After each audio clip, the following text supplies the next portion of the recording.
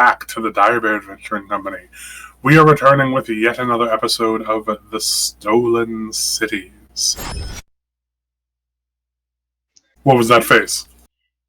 My OBS froze for like a hot second. You made a series of concerned faces that made me think we weren't live!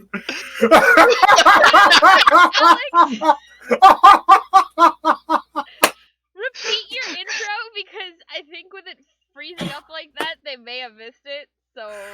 Greetings, good evening, and salutations. Welcome back to the Dire Bear Adventuring Company. We are back with yet another episode of The Stolen Cities.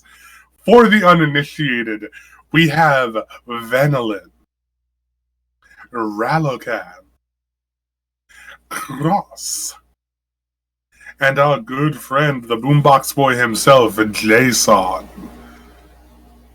Yes. I don't know why walk like an Egyptian played in my head when you did that. Oh man. Previously on the Stolen Cities,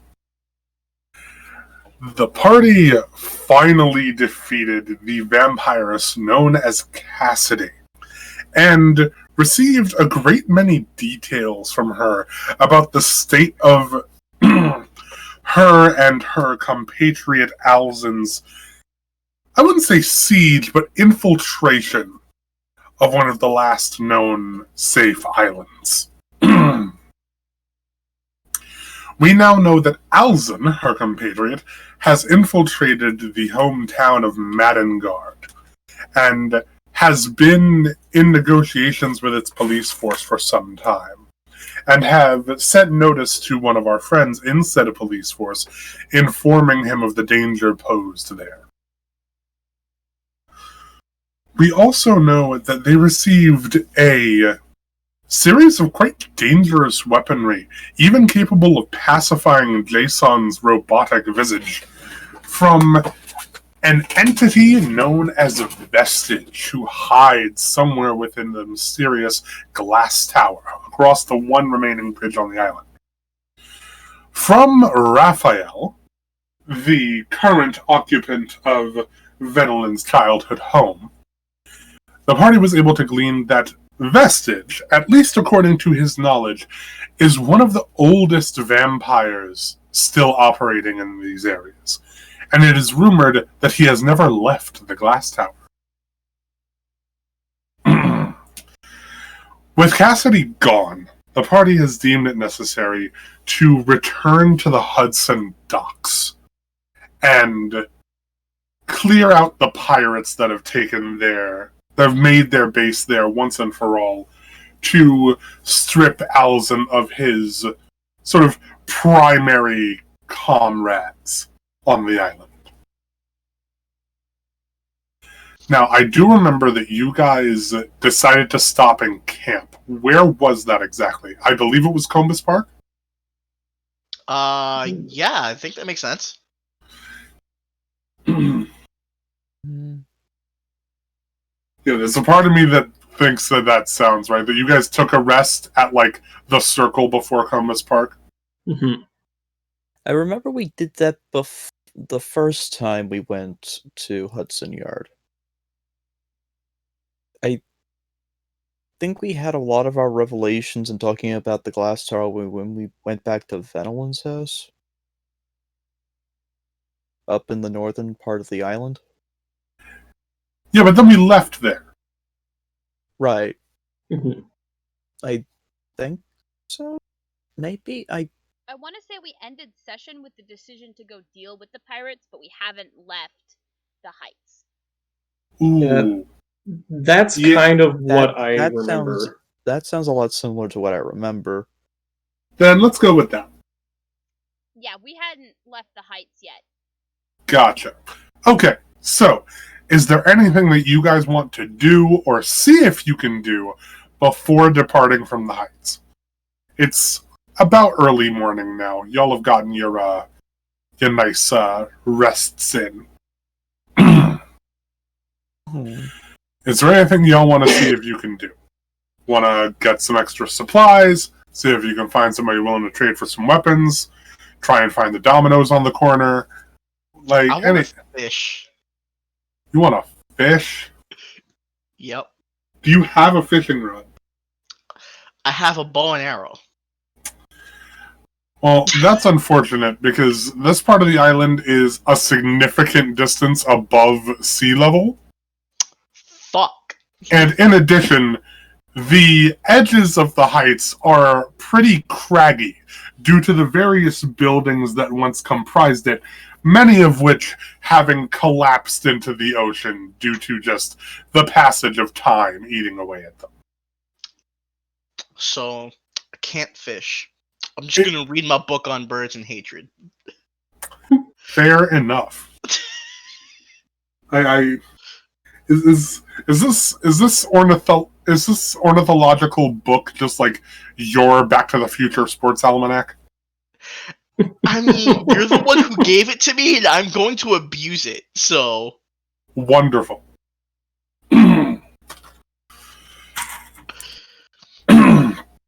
Does anybody actually want to do anything substantial before we leave? Nothing that I can think of. Not for Venolin. I have food. I have water. I have friends. Jason has that cool hand glove thing. But you don't have eyesight yet. We should probably fix that. Got it, yeah. Yeah, Cross doesn't see anything that piques his interest. So...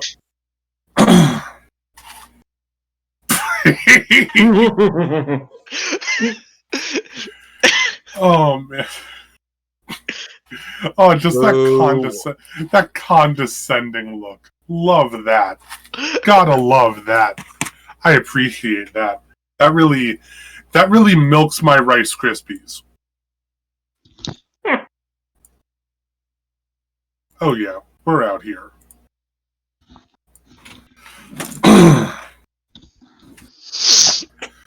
So, you guys are departing. You guys still have a carriage, right? Yep. Yes. Yeah, cool, great. It ain't Hammer and Fang's portable dreadnought, but it'll get you where you need to go. Mm-hmm.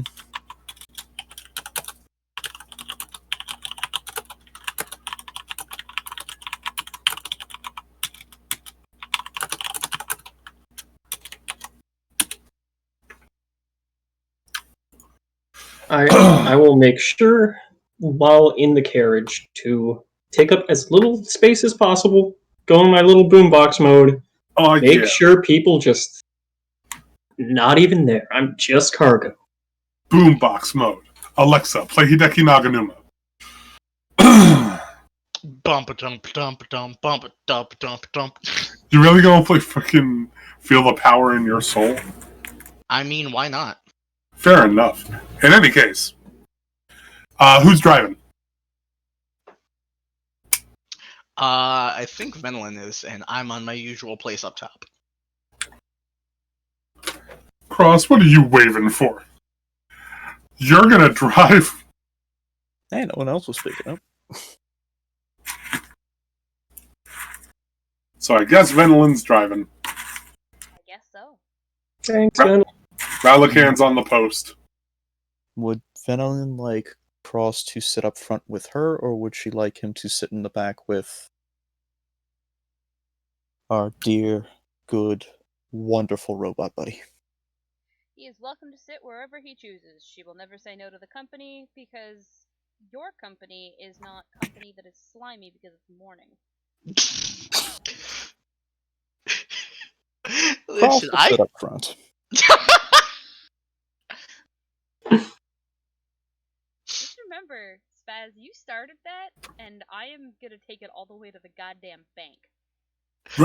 Ralakan sounds like the kind of guy who would get drunk and accidentally end up reciting the theme of the Fitness Gram Pacer test. The Fitness Gram Pacer test is a multi-stage aerobic capacity test.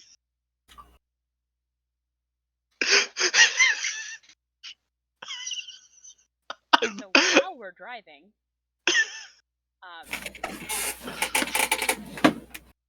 Mm-hmm. I have some questions. I don't know if you'd be able to answer them, but maybe they might help you remember something, jog a memory. I could try my best. That's all anybody can ever ask. What do you remember before the forest? You can't have always been in the forest, right?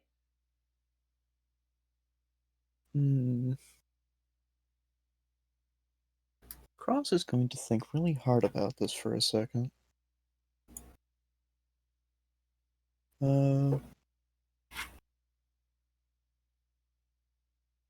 What would that be, Alex? Wisdom save? Give me a history check. History check, okay.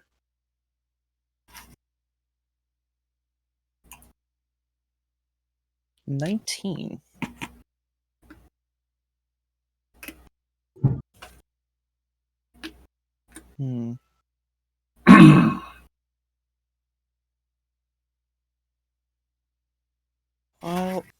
You sort of like squint your eyes and try and get your thinking muscles working real good. And you vaguely remember a library. But it's the only real thing that like really evokes any image in your head before you start to feel that skittering on the back of your neck again. I kind of remember a library. Lots of bookshelves, and it was dark. To be fair, most libraries tend to be, but it's a start. We'll have to keep checking libraries and see if any of them jog any memories then. For some reason, I just knew it was dark.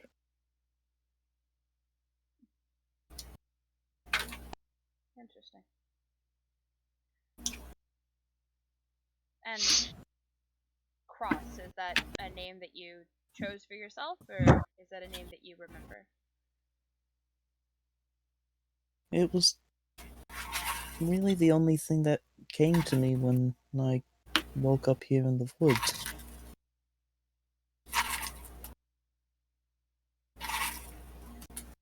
Fair enough.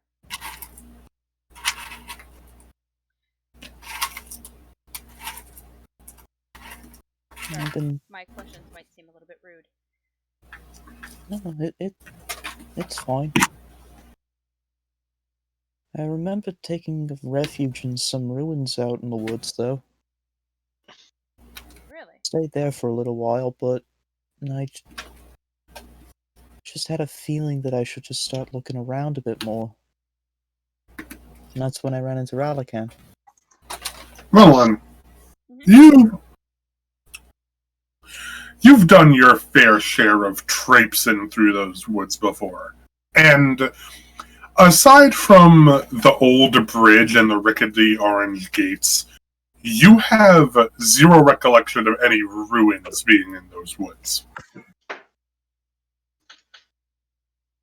Ralakan, same thing.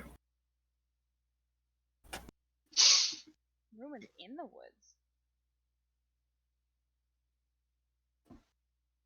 Nah, I have to do a big thing.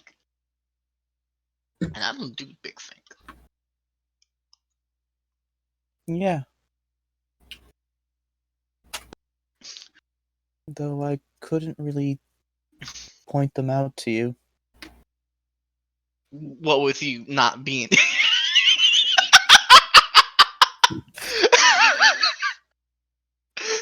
I'm sorry, he just... That broke me. He gently waves his hand in front of his face. Of course. With a bit of a sweet smile. This is some real Avatar energy.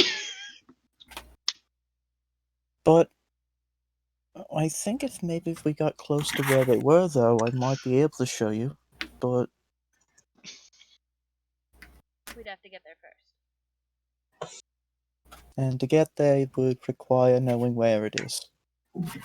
Well, then we'll keep it in our back pocket.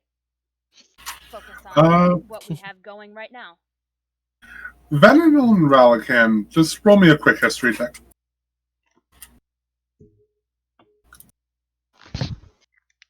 We're off to a great start, boys. That's an 18. Wow, I thought you were actually going to be sarcastic and I rolled a 1. That's usually how people term that when they start off by rolling something low. We're off to a great start here. Just wait till I Actually roll. something well. Me, on the other hand, that is a grand total of 7.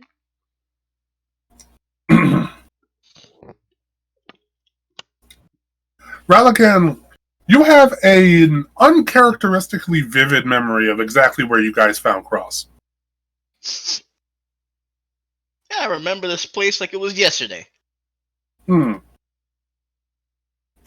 not there yet. You guys are... I'm just letting the party know I remember where we picked them up. Mm-hmm. I You guys are... hope you do, Ralakan. It wasn't that long ago.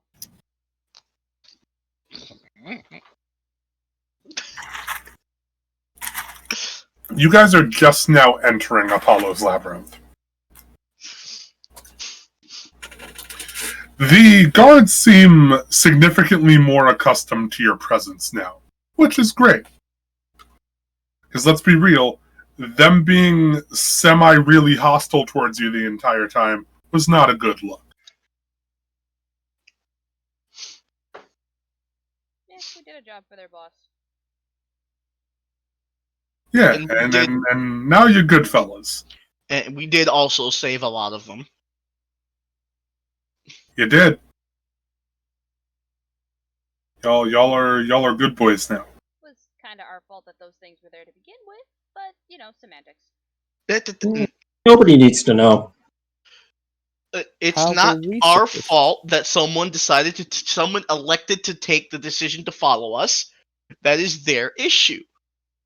They brought the fight to us, and we said, "Okay, square up."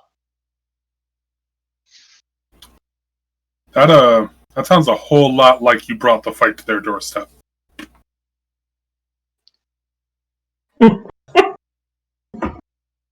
Like I said, details. Who needs them? Moving. Fair enough. We may have accidentally brought a fight to them, but we didn't let them fight the battle for us. Yeah, it's just their property that got destroyed. No biggie. We Oh. solved the problem. I mean, did anybody die? In any case, the guards do not show any hostility to you guys as you make your way through the labyrinth and come out rather unscathed.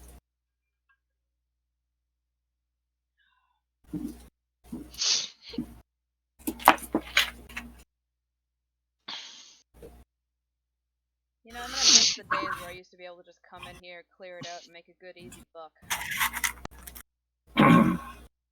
Yeah. It is going to be a little sad. But we've got bigger problems. That's putting it lightly.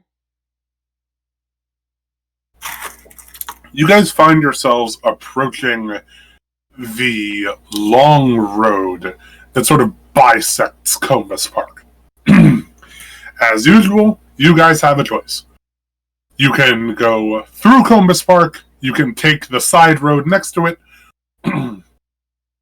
or you can try to navigate your way through History's Pass.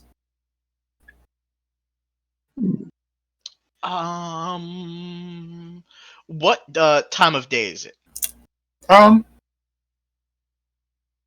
It's pretty early. It's like around 10 a.m., something like that. You say going through the park is probably like the most direct route? The most direct route would likely be the open road between the park and History's Pass.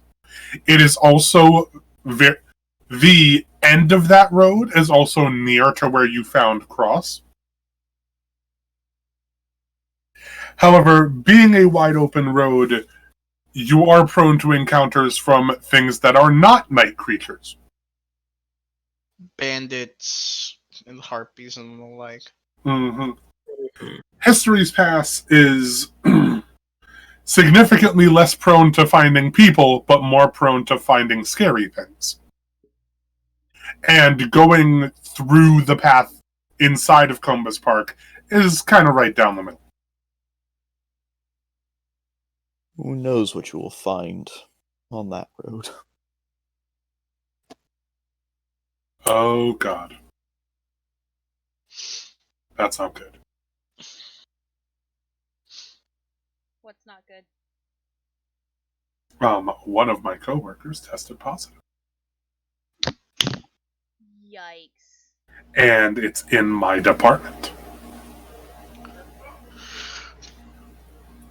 Oh boy. Well, I guess you're going to get tested. Yup, that means I'm going to get tested. Well, I'll chug the rest of this for you, buddy. I'm... Fuck that. Just...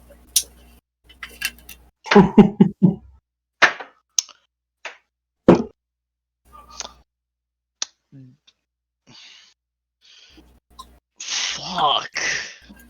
No. Yeah. That's good shit. Going through the park Excuse is me, I had to mute probably- myself while I exploded. Going through the park is probably going to be safest.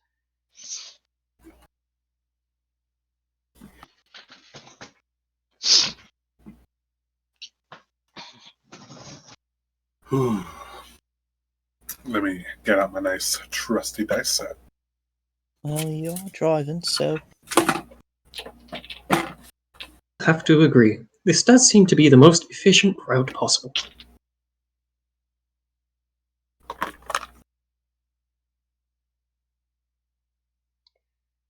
Alright, well, then that's the way we'll head.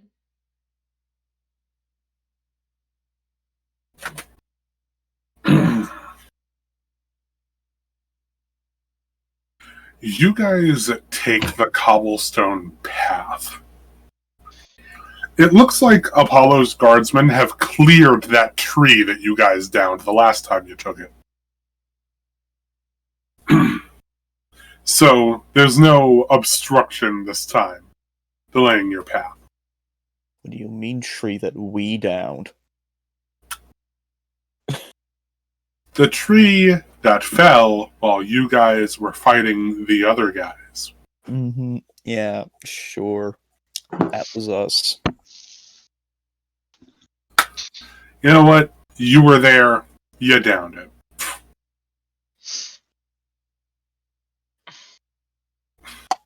You were there, it wasn't me, you did it. And that's what we call the New York cop argument. I mean, So, sure, but, we didn't do it. in any case,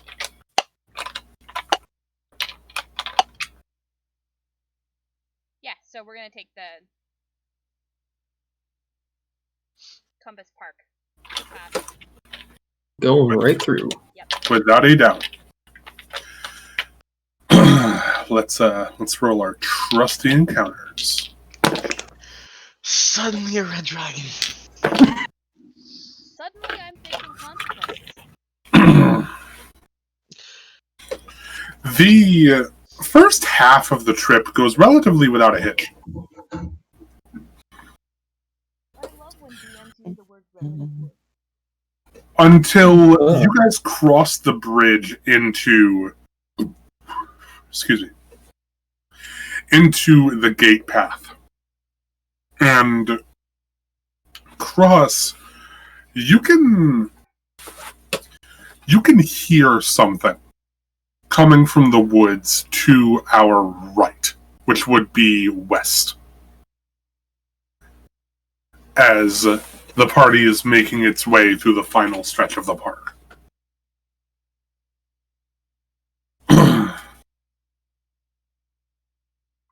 What does it sound like? It almost sounds like if you heard somebody lighting a match, as though to sort of like light a candle.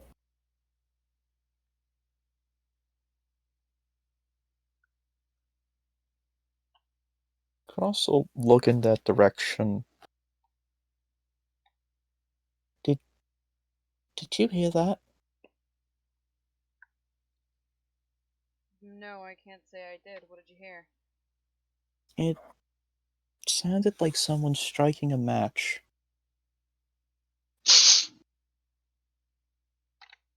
You guys do not smell any sulfur or any sort of accelerant. Ralakan, roll me a perception check.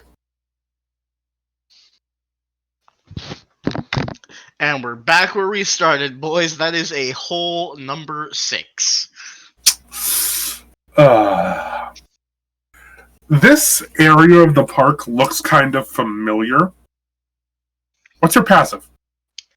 My passive perception is 13.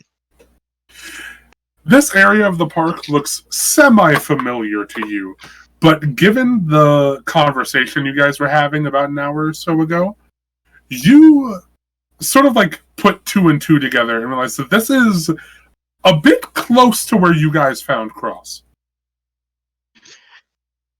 Y'all, I think we're here, maybe? Don't know exactly, but we're close. Ish.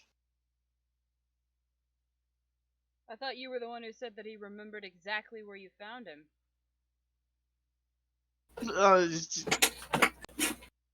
Ralakan just starts darting his eyes left and right, like, I don't know what you're talking about. I do not recall.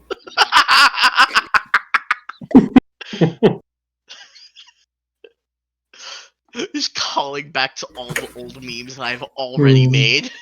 Thanks, Simic Hybrid Jeff Sessions. Very cool. I love it.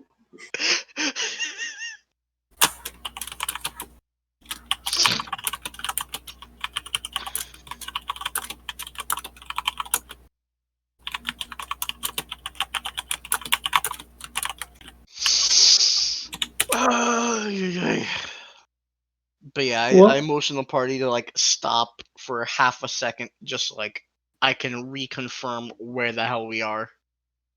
Uh-huh. After doing a double take and making sure to get your bearings, you are pretty sure that this is not exactly where you found him, but close to where you found him. Since you guys found him along the road.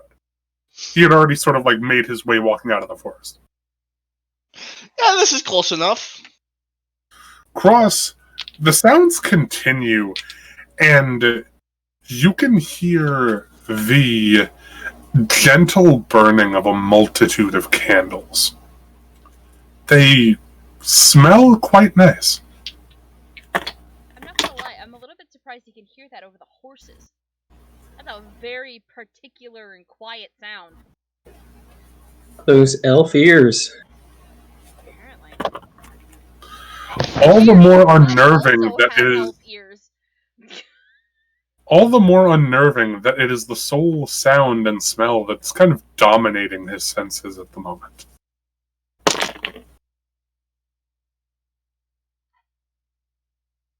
They're lighting candles. I can smell them. Alright, lead the way. Follow the nose. Overhearing what's going on outside of the cart, Jason might just like extend his head a little bit just so he can see out the back and take a scan from where he can see out the back of the carriage. I'm sorry, all I could just picture is from the boombox, just his head going, nope, to Avion. Just, I like does the box truck carriage like have like a skylight or something? No, it does not. Okay. Ours is still like a regular wooden carriage. It's not like one of the box truck ones. Okay. So just periscope up, just. We just kind of like put him on the windowsill, and his head just like.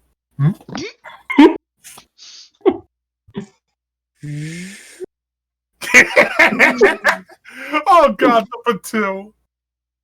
Oh god. Oh man, that and the printies, man. That and the printies. How close does it sound? I mean, obviously it's close enough for me to smell it. It doesn't sound that far away. It sounds like it's just past the tree line. Like if you just hopped out of the carriage and took a few paces into the woods, you'd be right there.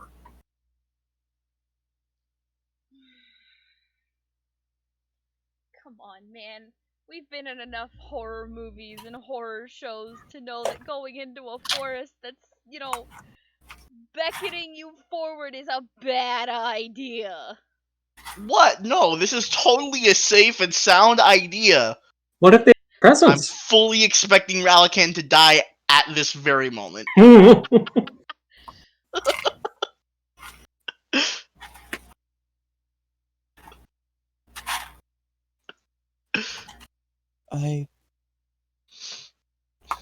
Maybe we should go check it out. It seems to be just beyond that area of trees over there. Stood. Kind of slowly morphs out of his boombox state. And just hops out of the like mini con transformer noise as he comes out of boombox form. As he hops out of the carriage and slowly walks towards where Cross is talking about.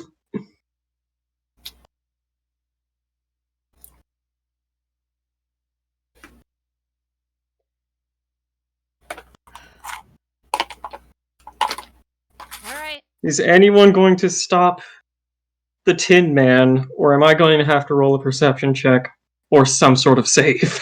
Tin Man's really wandering off the yellow brick road right now. Ral will. I'm just gonna grab him. It's like, no, this way. Stood. Are you guys actually going to where Cross is telling you? Yep. Yes. Oh boy. Because I considered it, and a part of me is like, Venoland would want to on the off chance that it's something that goes bump in the night, because if you kill those and then bring them in, you still gain a chance to get a bounty off of it, get paid. Well, on the bright side of things, it's the middle of the morning. Alexa, play Cash Rules Everything Around Me. Play Cream by Wu-Tang.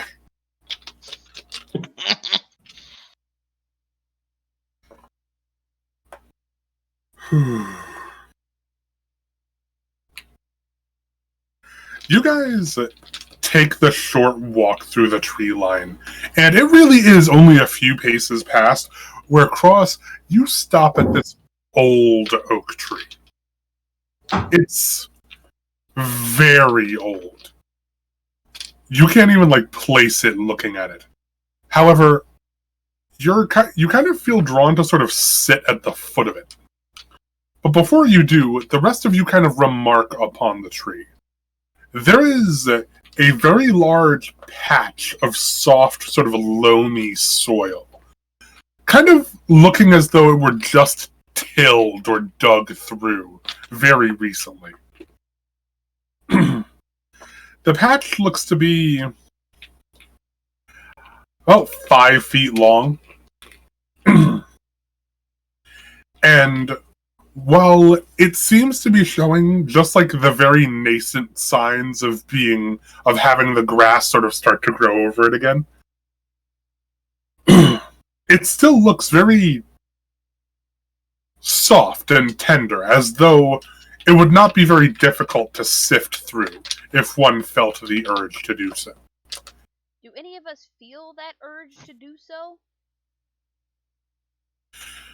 Besides, I can't help but feel like we should have the urge to do so, given how you worded that entire description. Besides Cross, who has an overwhelming urge to kind of lay underneath this nice shady oak tree, the rest of you are just slightly unnerved by this sort of loamy patch of grass that looks exactly like somewhere you'd bury a body. I'm just learning how to feel now. In addition, just at the foot of the tree, like where this patch of soil meets the tree itself, seems to be sitting a centipede. A single centipede. It's not even very large. It's very small. Quite diminutive. However, the moment it sees all of you, it stops moving. And just seems to be kind of looking at you. Ral is gonna turn to Venelin, who I'm assuming is just like, what even is this? Nope, nope, nope, nope, nope, get me out of here, nope. And I'm just gonna ask her, do you want me to make a bomb? And just blow this whole place to Kingdom Come? What good is that possibly gonna do anybody? He just shrugs and like, it'll make you feel better.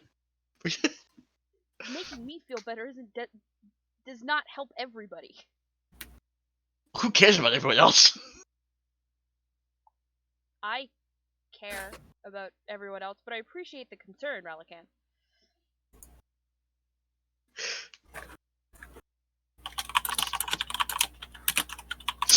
I don't know, man. If something's got that many legs, it's just... It's too many legs! Okay? Too many legs! Like, I can handle up to 8. Spiders are supposed to have 8. Spiders are okay. You know, assuming they're not giant and trying to eat me. I've done that, by the way. Killed giant spiders. Shit was not fun. Never is. No, it's not. That has 100 legs. There's too many fucking legs. Just a misnomer. They're cute. I'm gonna take a look at Jason. This is, he said, oh, they're cute. That was out of character, by the way. Oh, okay. In character, Jason's little ocular red reticle just kind of like zooms in, sees this centipede just like staring at us. Hello. Just enhance vision. No, he just greets it. Like the good boy that he is, he just greets the centipede. The centipede seems to nod at you, Jason. What? And its tail kind of like digs gently into the patch of soil. You. You had to say centipede.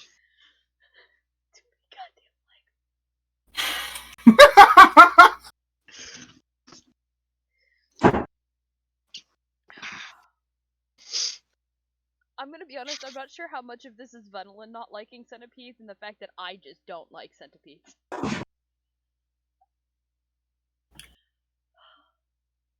That's okay.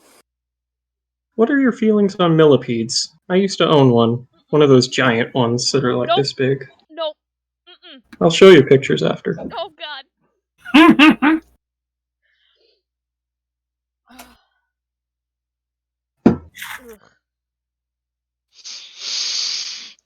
Oh god. Anyway, Are so centipedes an arachnid or a beetle? Neither. I'm pretty sure they're just regular insects. yeah, don't you have to have like a tough carapace to be a beetle? Well, that's what I thought they had. I thought they had a carapace. They have a carapace, but it's nowhere near as tough as beetles. So it doesn't meet the beetle threshold? Thoughts for later. Can I do a nature check to like figure out what the hell is going on with this centipede? Sure. Why it's trained and shit? That is a natural 20. Oh. Hey. You know that centipedes are typically frightened of beasts so titanically larger than itself, and will typically flee upon the sight of them. So the fact that this one is just kind of sitting there looking at you all, to borrow a word from the philosopher Siam, sus.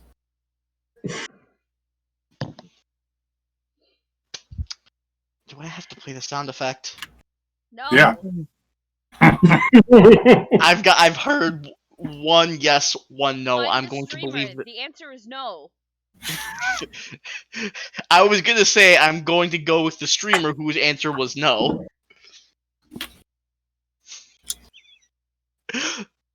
Smart man. Hey, I have a whole 15 intelligence for some reason. Why do I have so much hint? Dungeon Master, am I still smelling the candles? Mm-hmm. And they smell like they're coming from just underneath that patch of dirt. Cross will slowly approach the patch of dirt. Is anyone going to try and stop him? It feels soft beneath your feet. And very, very comfortable. As you kind of like feel it under your feet, you're kind of just feeling that slight urge to sit there again. And the centipede sort of gently moves out of the way, as though it's what he expects you to do.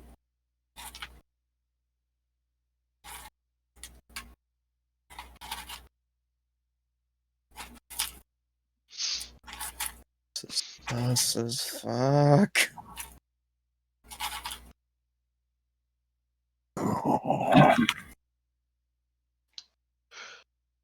I'm just gonna look at the centipede. Can you help him? And I point to Cross. I'm actually going to ask the centipede if it can help us.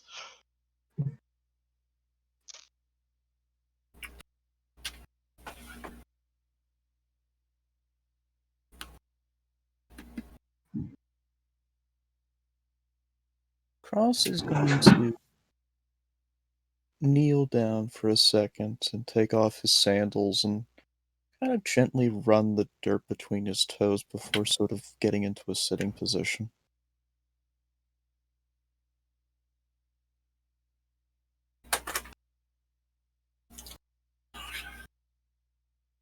As he does so, you see the centipede kind of like gently crawl onto Cross's lap. Don't swat it.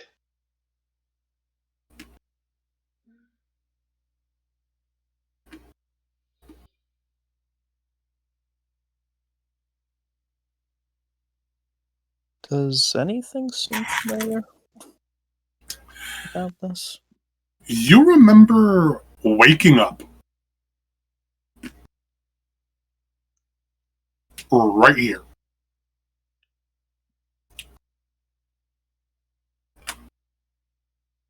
And as you get into a sitting position, you kind of like sink a little bit, not too much, just like a couple inches, and suddenly you can feel a sort of like faint stiffness right underneath where you're sitting.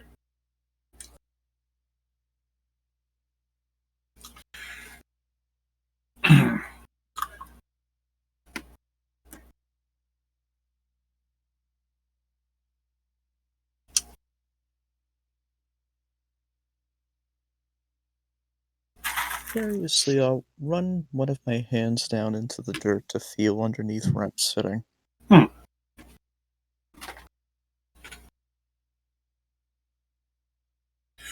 You stick your hand gently underneath where you are seated, and as you do so, the centipede kind of like crawls up your other arm, like the one you're not using to dig. And you find something not hard, but sort of like tender. And you sort of pull it out, to reveal what looks like a very old journal. The leather that makes up the spine of this thing looks impossibly old, and there are no markations on it, other than that of a small letter X and a line next to it. Its pages are entirely empty, with the exception that each page begins with an X and a line.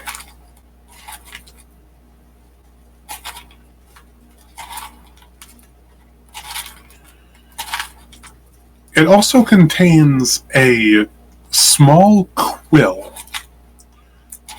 Not something that you would expect a full-grown adult to hold, but something that fits quite cleanly in your hand across.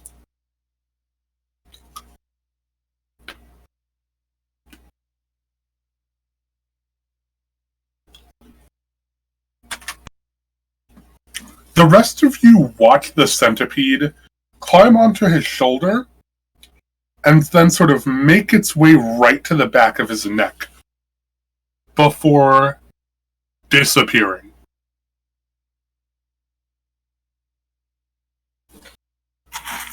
Remembering that Jason saw with his heat vision, saw that there was like this cold spot on the back of Cross's neck, is going to trudge his little feet around him and analyze the back of his head and see what he could potentially see if there's any sort of like weird markings or anything.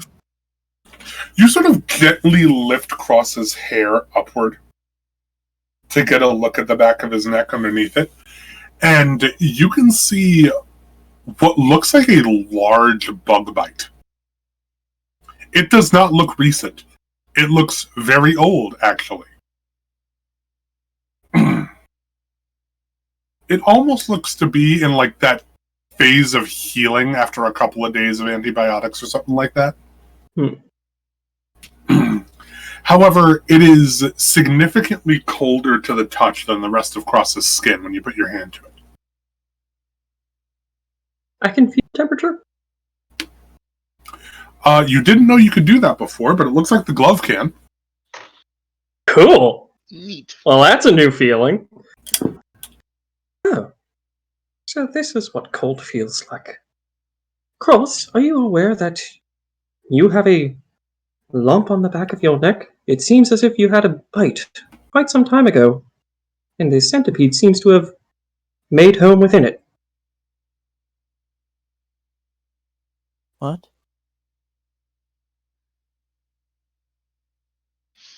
Jason's going to repeat the exact same thing. Are you aware that you have a lump on the back of your neck? It appears to be a bug bite, and it seems to be cold. Do you want to hear what I just said again? Press 1 now. I don't recall getting bit. Maybe I did. I was here in the forest for a while. Seem rather large. But it's strange. Aren't humanoid creatures, when they get bitten by a type of animal, do they normally turn cold like that?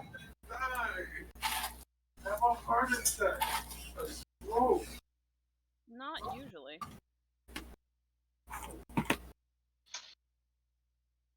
I found this book here, though.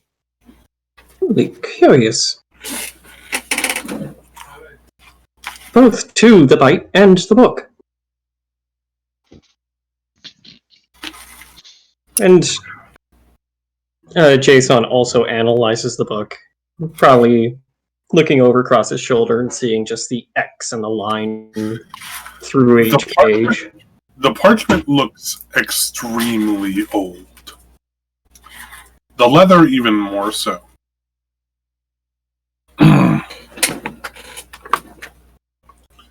But there are no words inside of this journal.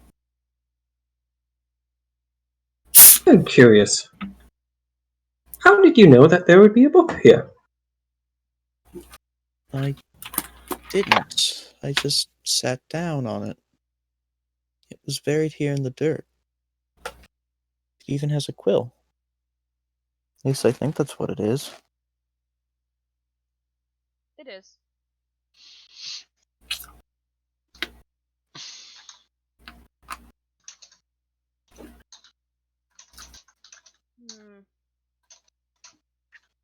We should be on our way again. Unless something else is calling you to go somewhere else. Cross. I'm sorry. No judgment. Okay. I just want to be sure that we haven't left anything behind that could be important. Well, I guess this would be considered important. I remember waking up here. That is important.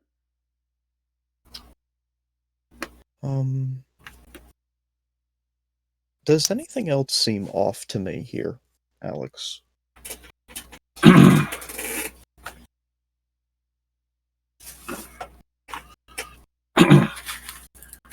The tree looks significantly older than any of the others surrounding it. In addition, it is the only oak tree in this area of the forest, where the rest are like firs and birches and things like that.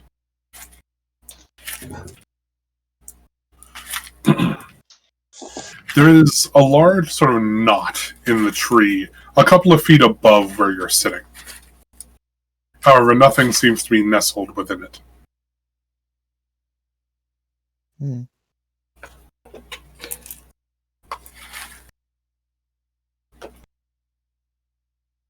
You also no longer feel that centipede anywhere on you, despite not having seen it leave you.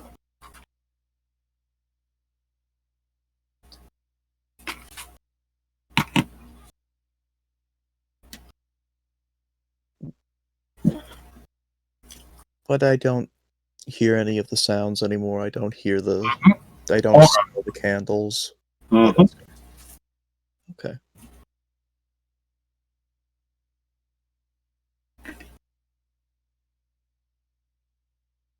Well, maybe this book will help, I guess? Anything's possible. Although how a book might be able to help you, I'm not sure.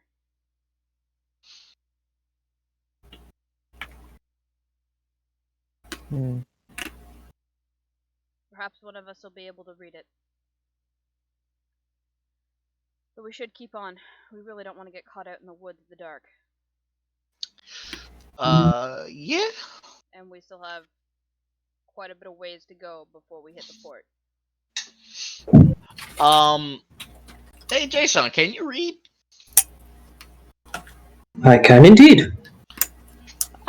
Pretty cool. So while we're making our ways around, why don't you give this a little ponder, a little sneeze at? I will be sure to scan through every page in quick time.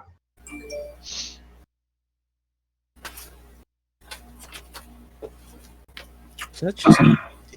Did Jason just make the instant message sound?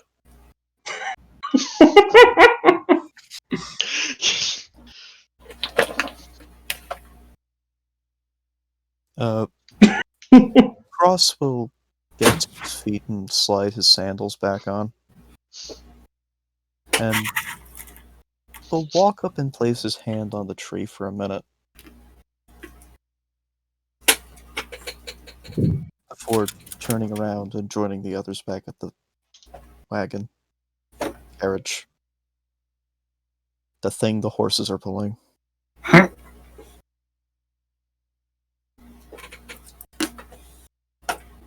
Jason will head back into the carriage, maintaining near the deep into the carriage, as to not be near the exit. And as promised, he will go through the book and see if he finds anything interesting. He Okay. Scan it with his robot eyes. You sort of give me a perception check. Gotcha.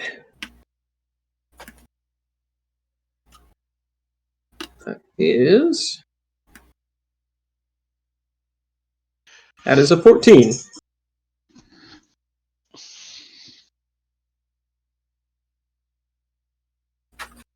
You sort of take a very long look at this book, and as you sort of examine it with your real super duper cool robot eyes, you notice that there are various impressions on this book that seem consistent with somebody having written in it before.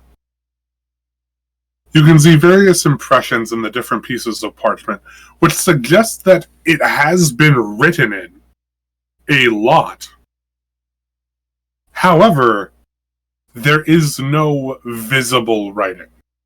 Okay. It's as if somebody has been using this to write, but there is no ink on it. I do clearly see impressions, but doesn't seem like I can make them out. I apologize, Cross. Wait, really? When we set up camp tonight, remind me. I might have something. Understood.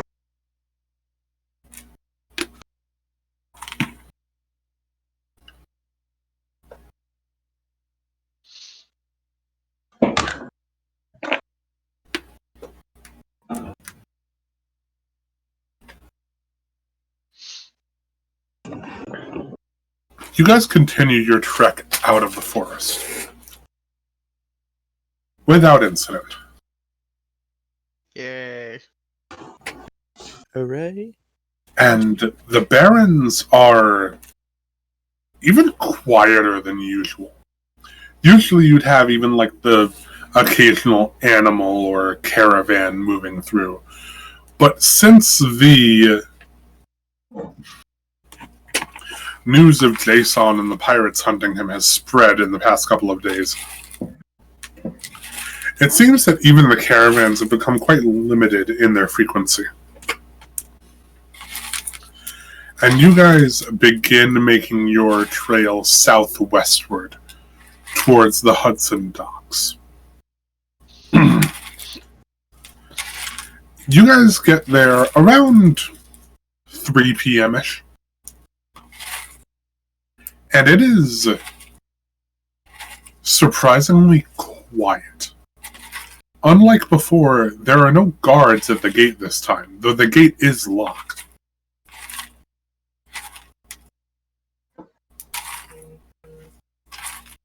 Well, now that's not good. How are we gonna get in?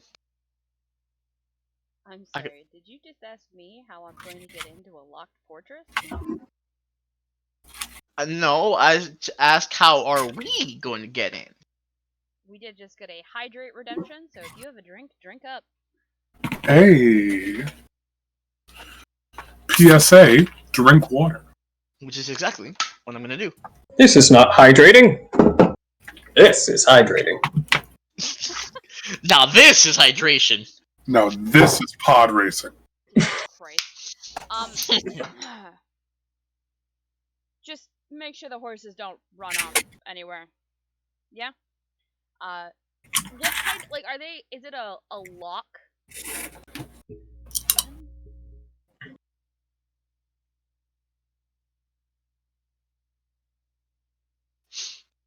It looks to be held closed by two of those sort of like large wooden planks that you would put in front of two large doors.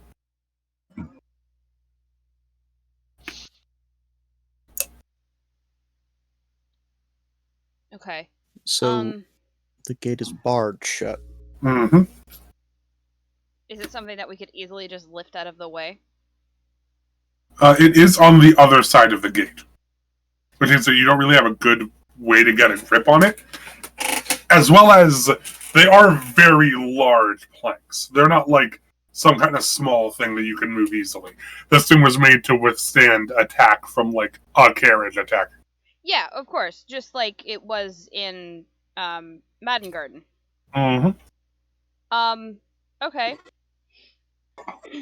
However, they always have a way for single persons to enter and exit. So I'm looking for one of those. Perception, please. Hold tight. I gotta move things off of my dice box. And apparently I'm still having audio volume issues, so I gotta troubleshoot that once I'm done here. Okay.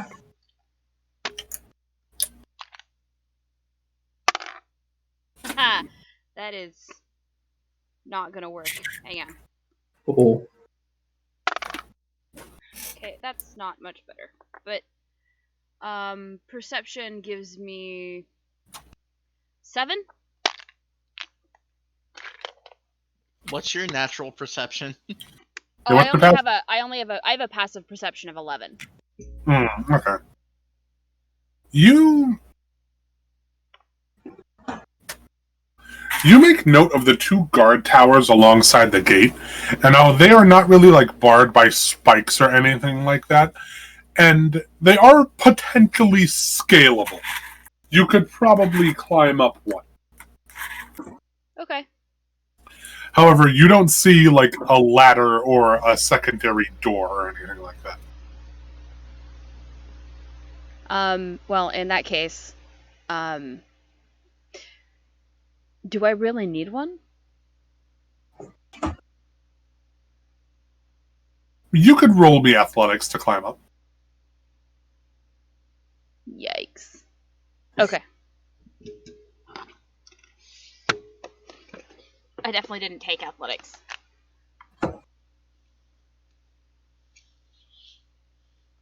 That would not be acrobatics, so. No, it would not. Just hold tight.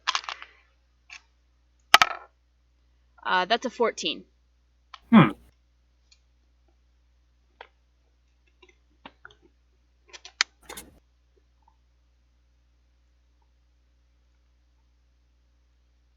You sort of begin the climb, and as you do, you immediately take note that these guard towers seem pretty hastily constructed. There's a lot of, like, loose ends and notches and things that can be used as footholds to get your way up there properly. Mm-hmm. And as you get up there, you note that there is a ladder sort of hanging off the inside of the roof of the guard tower. That seems like it sort of extends to be long enough to let the rest of the group up. Okay. Then, I get it down there. Mm-hmm. However, as you start heading down toward the other side of the gate, you note that it is eerily quiet here. The first time you came, this place was abuzz with the sound of running boats and moving caravans and people just generally talking amongst themselves within this small pirate's haven. However, it is deadly silent here, save for the occasional sound of birds cawing in the distance. You had to mention birds.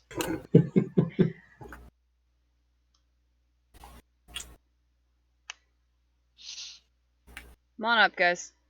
Something doesn't seem right. Where Let's the go. actual hell is everybody? That's what doesn't seem right. Now, one of y'all had a telescope, if I remember correctly. Yeah, it was the blind guy. No, it wasn't actually. I did give one of y'all a telescope, right? No, I don't have one. Why do I remember giving one of you a telescope? Different I do. campaign? Question mark. I do remember we were in a tower that had like telescopes / binoculars. That was back at Madden Garden. But you didn't like take one with you. No, we didn't.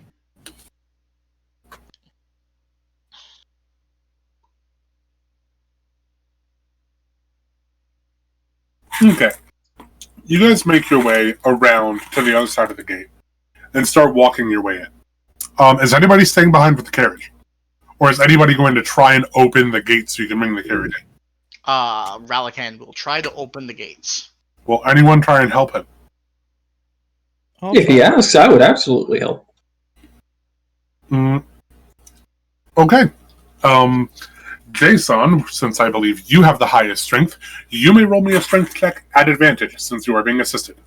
Wonderful. And I should roll strength check as well? No, he's rolling at advantage because you are assisting. Excellent. Okay. That is a 16.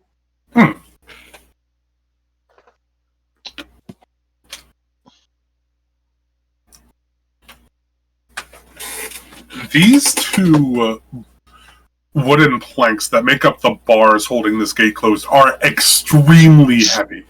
But with the three of your strengths combined, you just manage to get them both down.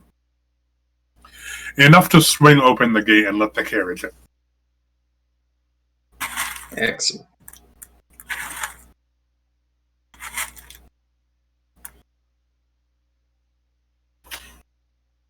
Now the question is, do we want to close the gate afterwards, or do we want to leave it open for a quick escape? Just in case. We can close it and make it look like it's still barred. True. That might be the best idea. If they come back and find the gate open, then they're just going to close it on us and we can't get out. If they think the gate's still locked, they might just leave it locked. At the very least, it won't arouse suspicion. The other day, At least have a less chance of that. Wasn't this place bustling though the other day? Yeah. It's a dock. It's supposed to always be bustling. It's supposed to be people yelling at freaking other guys not doing their job. Someone's always not doing their job at the docks. And someone's always getting yelled at. Yeah, but I got a sneaking suspicion I have an idea of what happened, and it ain't gonna be pretty. I was just gonna give you the slow turn. Oh dear God, please don't say it, but you're gonna say it anyway. Look.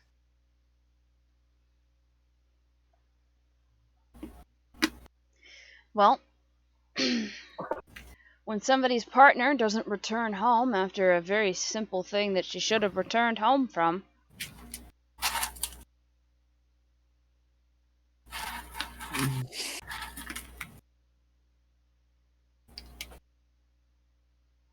If I had to guess, Allison killed them all.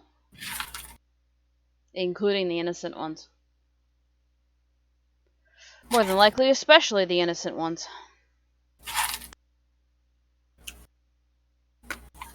And if it wasn't him, then it was her. Actually, it was probably her. God. Oh dear. I remember the Baron mentioning she liked snacking on them. Mm-hmm. And she came at us with a great number of thrall. Which probably was townsfolk. Yep. And she wouldn't have to worry too much about barring the place from the inside. She can just turn into a large conglomerate of bats and go over the top of the wall. You guys take the carriage up the about mile and a half to where the compound is. And as you guys start to approach, you can see that the myriad sort of box truck caravans that these pirates had seem to have been set up in a large and intricate barricade around the compound. They have formed a veritable wall.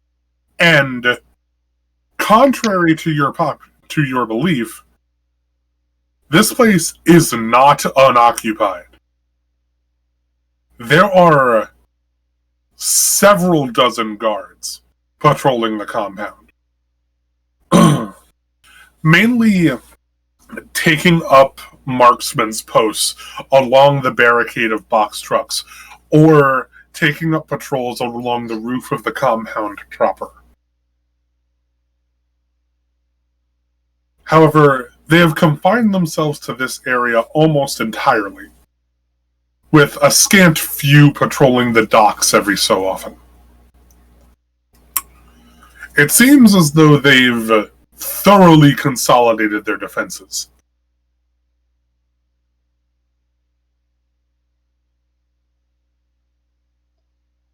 Probably afraid of Elzin's retaliation. Well, Venelin is just going to be her usual direct self.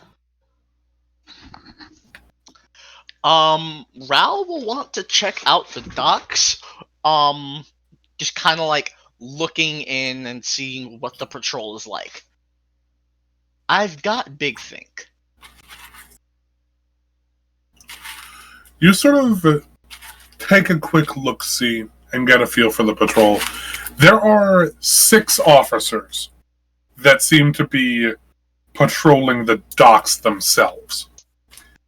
They seem to go to each one of the 4 sort of like docking bays for the boats, sort of quickly check each boat to make sure there's nobody inside, and then head back to walk along the boardwalk. Okay, do you have like a rhythm? Like, what's their timing like?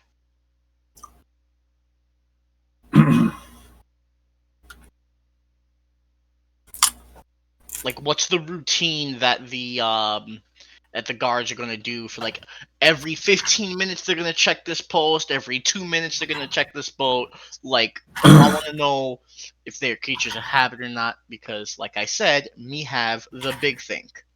Okay, so you're going to analyze that while the rest of the party is doing this thing. Mm-hmm. So, Venelin, what are you doing exactly? I am just going to stride up to the barricade. Afternoon, gentlemen. Various loud crossbow cocking noises. Well, now, that might just be a little bit unnecessary. Hello. What are you doing here? What do you mean? We came back to make sure everybody was alright. What happened?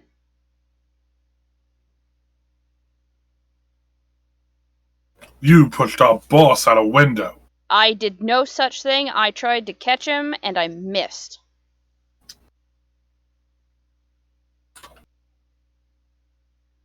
They're kind of just genuinely looking at you like a likely story. And then she just, like, gestures to herself, and she's just like, do I look like the kind of person who could A, shove a man that big out of a window, and B, do I look like the kind of person who would have been able to haul him back up the window if I had managed to get a hold of him? Like, she's not a big person. She's very slight.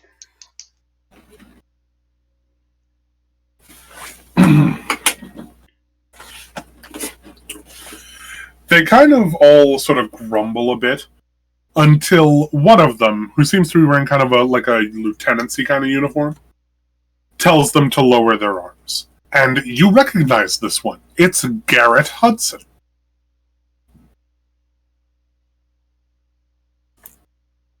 Ah, Mr. Hudson.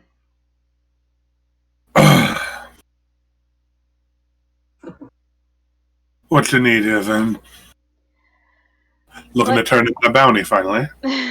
I wish. Didn't happen to find anything on the way back. What happened here? You guys are locked up tighter than the Heights on a bad day.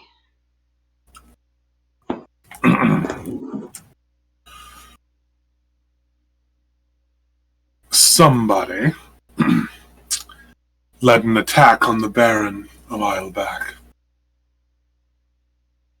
Cassidy tended to him for a short while, but he's been out of sorts ever since.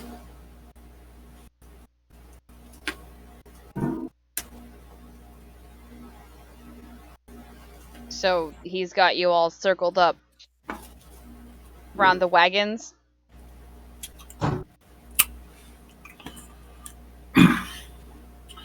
Yes, Cassidy issued the order just before she left. Is Cassidy the one in charge now? Or do they listen to you? They answer to the Baron, but since he's been out of sorts, I've been taking charge in the interim. What do you mean by out of sorts? If you feel like sharing, of course. He's confined himself to his room and hasn't left. He's been increasingly violent with those who interrupt that.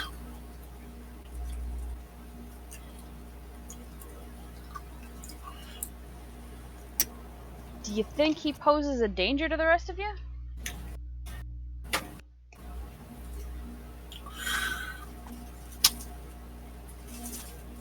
I can't know for sure, but he's definitely not in good sorts, especially mentally. He keeps babbling on about the glass tower. About something Alzin promised him.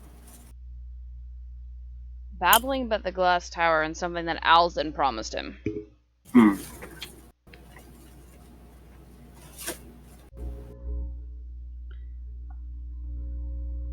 Well, no, that's just unfortunate.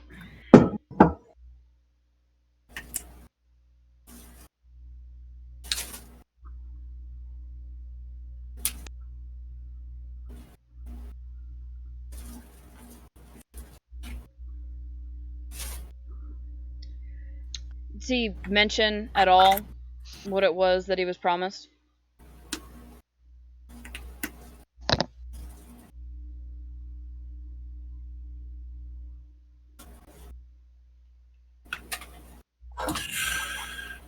He said something about Alzin showing him a great city of sorts. A city full of towering buildings and a sprawling metropolis. A city of the past, he called it.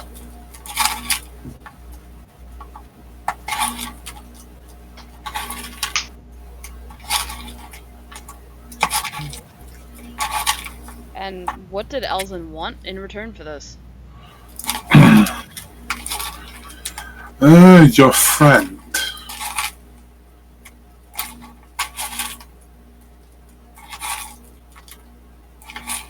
Of course.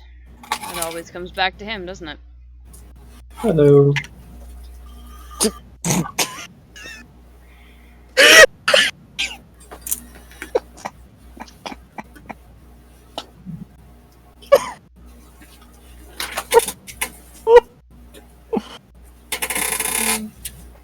He kind of cocks his head a little bit regarding you, Jason, but he doesn't make any moves or anything. He is currently in conversation with Venelin, and given that there are two more people between him and you, he's not fixing to start a fight at close range, especially with her.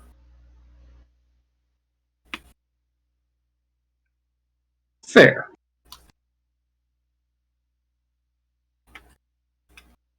Yes, yes. Yeah. Something typically want to take on Venelin, so. Something about you has Alzin's rapt attention.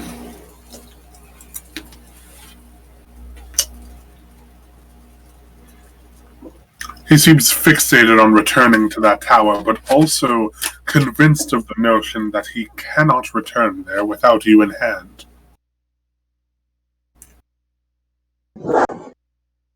Understandable. I do want to... Going through some of my memory banks, I have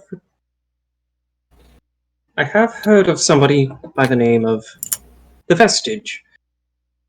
I'm wondering if there might be some sort of connection with Alzin and him and I. I've heard Alston speak of him at length. An old being that, living at the top of that tower.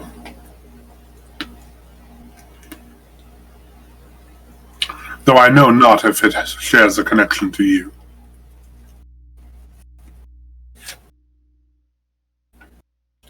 Is this something we should be exceedingly concerned about?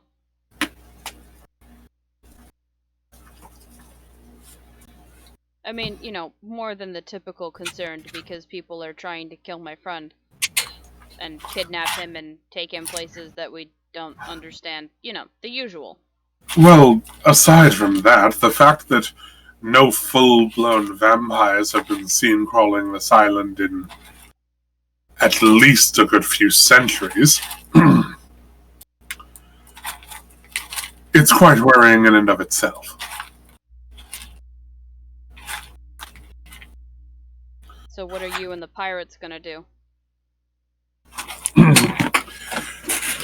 If it were up to me, we would not be continuing this line of thought. However, we're rather in deep with this vampire Alzan at this point, and I know not of his connections thus far, only that he's seemingly aligned himself with the police wing of your former hometown of Maringard.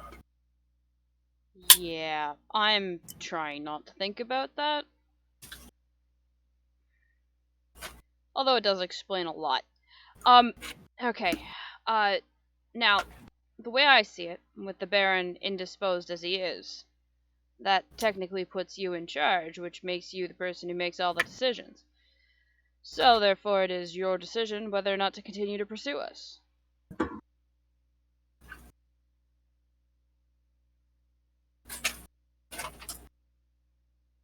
Because we will eventually get to the tower. Seems like we're gonna have to head that way. But we get some pieces that we have to procure.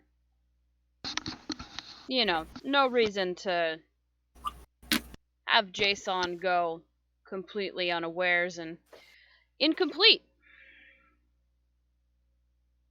I would appreciate having my complete body and system back up and running.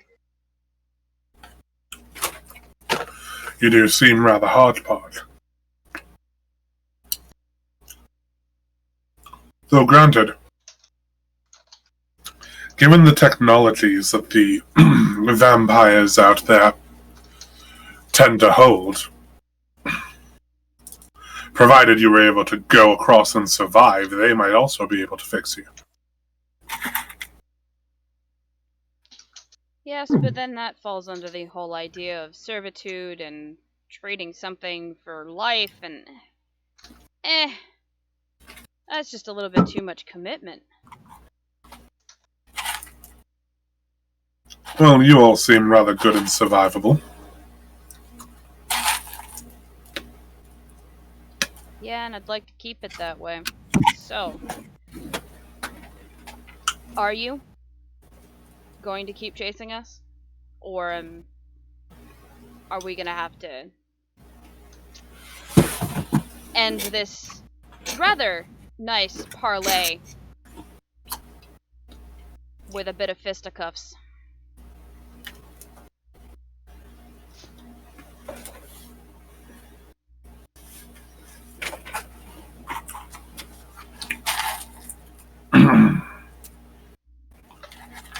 He kind of gives a gentle wave to his fellow guardsmen, and they stow their crossbows. Good enough.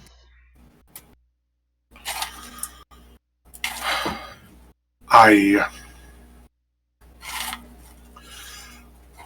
may know of a way across without using the bridge. Oh yeah? What's that gonna cost me?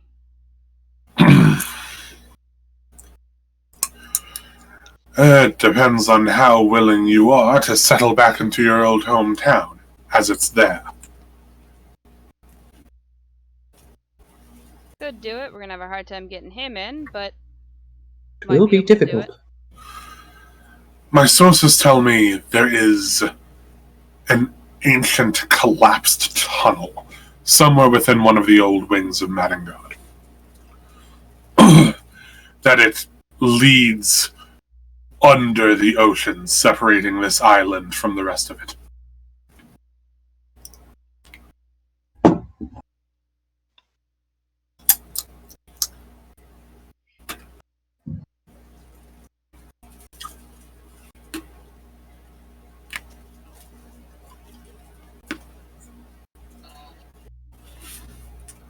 You okay, Matt? Yeah, I'm good. I'm good. I just can't decide if I've got England or New York vibes coming from this place now, talking about underwater collapsed tunnels. Since I want to say that there was talk a while ago about a underwater bridge spanning to connect Great Britain to the mainland. That actually sounds kind of cool. Actually, that already exists. There's a giant tunnel that goes right underneath the channel. Yeah, isn't that the channel? It connects Great Britain to France. Yes. Okay. So I wasn't going crazy. I did actually know that existed. Yeah, that's the channel. It's the channel. Somehow I don't. I Yeah. hate it.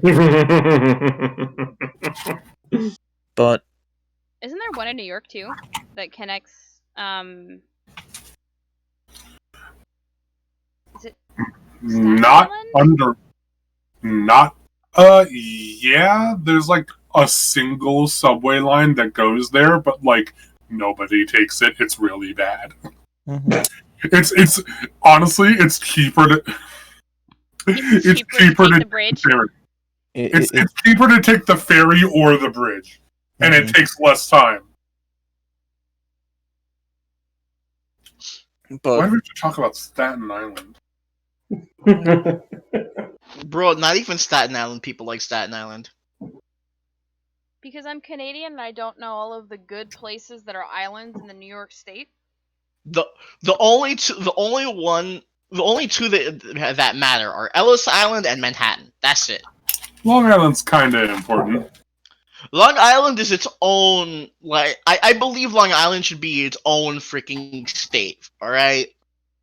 We don't need to launch into that. That sounds like an hour-long rant, and we don't need to launch into that right now. Yeah. This is a post-session conversation. Yeah. In any case. Okay, so there's a tunnel leading to the tower from Madangard.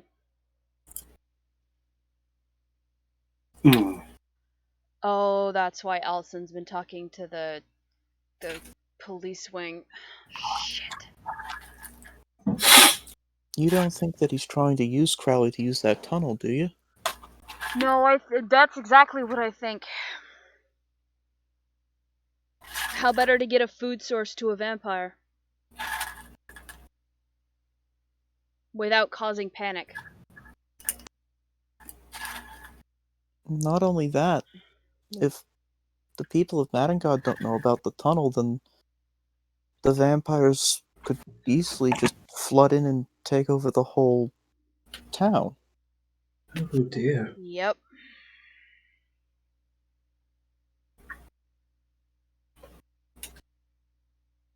They have nowhere to run. Yep.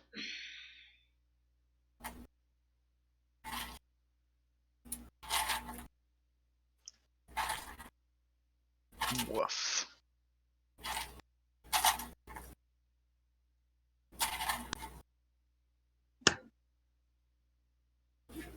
So we gotta get back. Maybe.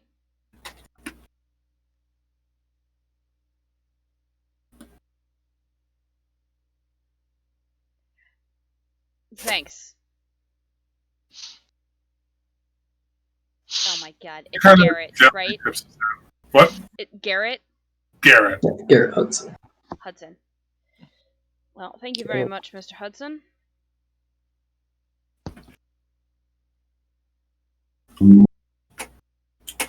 Be careful. I'd say careful is my middle name, but that would be a lie.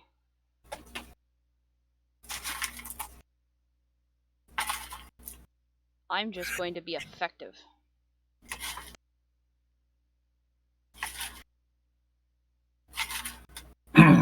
He kind of turns around and heads back into the compound. Goodbye.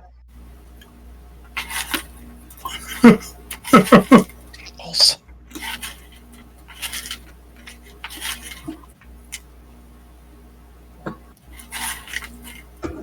Alright.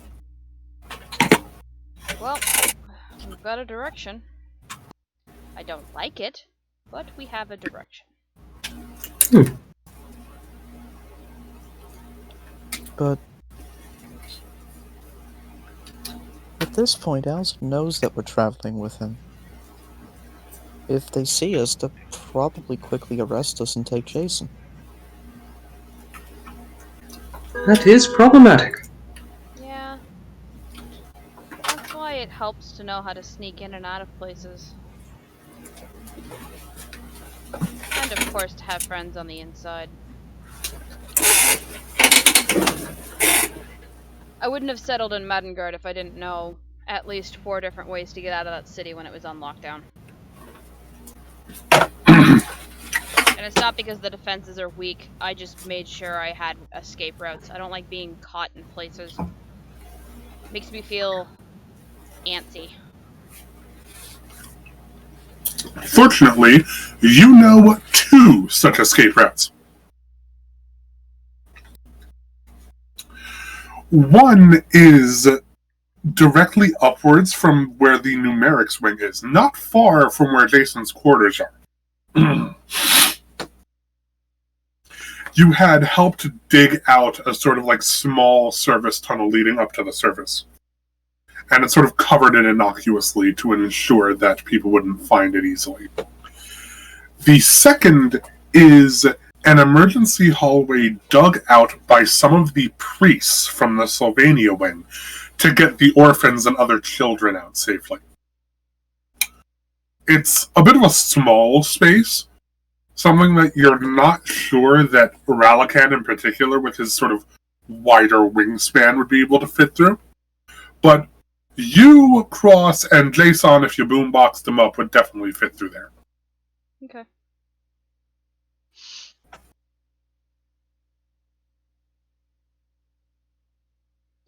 I got 2 routes in. Let's go find out the lay of the land. Wonderful.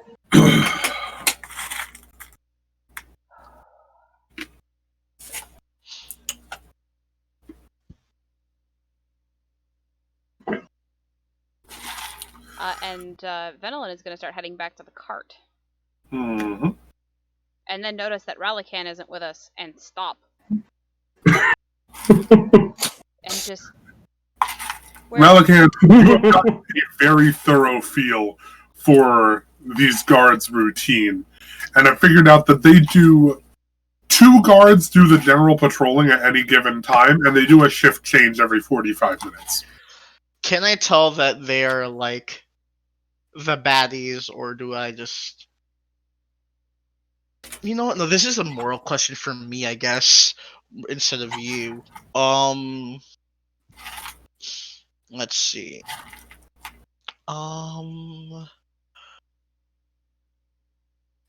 You know what? I'm just gonna head back to the cart and just before I start dropping bombs in places that shouldn't need bombing. That's a Ral thing to do. Yeah, I'm gonna check with the party. It's like, hey, is it cool if I blow up the docks? That's a Ral thing to do. You know, I'm just gonna get permission before I start causing accidental terrorism. Of course. You want permission because you don't want it to be entirely your fault if something goes wrong. Exactly. I want to share the blame.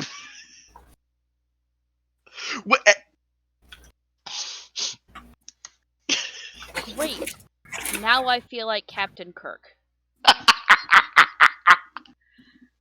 Yeah, too bad we don't have any more nitroglycerin, eh, Milo? Oh! Oh, Jesus. Oh, that's good. Wait, am I never get mole tired of in this? Am I mole? You were clearly mole. You are very, very old. She's very clearly Audrey with a knife instead of a wrench. Oh. And that makes Jason sweet. That's Yeah. perfect. Exactly. That's what I was gonna say. That makes him the dog. I don't know what you guys are talking about, but I'm going with it. Have you never seen Atlantis? Atlantis? Nah. God damn. Oh my That's god, Atlantis. Lucas, you gotta God, go we on gotta that. Gotta get Lucas to see Atlantis. Once again, I am reprising the role of the person who lives under the rock and doesn't know any references. You are the reverse Steve Rogers. Ha. You have never understood a reference in your life. Is that Captain America? Oh my god. Yes, Lucas, that's Captain America. I'm glad I got that right. I'm so proud of you for getting that right. No, that's Batman.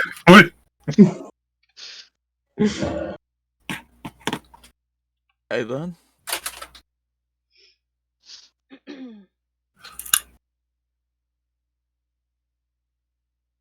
Okay. Fortunately, the trip from Hudson Yards to Manengard is very short. It's not long at all, especially in a carriage. However, Manengard looks very well defended. Its single known entrance is being patrolled by 6 carriages. 2 in the front and 2 on either side. And it looks as though there are some officers looking to set up guard towers around the entrance.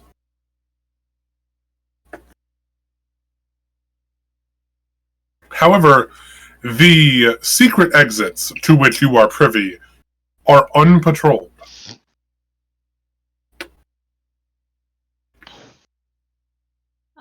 I think I'm gonna start with I say start with, but I'm going to check the one outside the numerics ward first. Mm-hmm. Mostly because that would put us at a safe place to hide Jason if we need to. Since Jason's room is pretty much right there. Which is also why she made sure that that one was always clear, so that Jason could just get out if he needed to. Mm-hmm.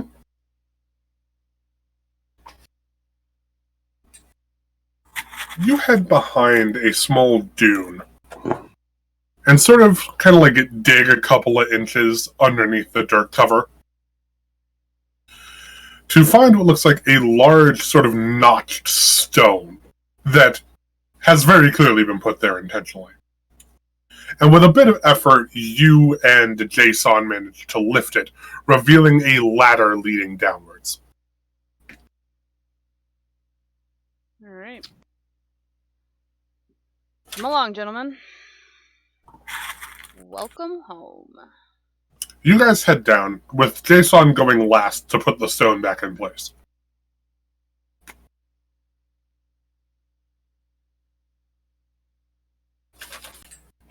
And you guys find yourselves deep in the hall of the numerics wing. You're not far from Jason's quarters.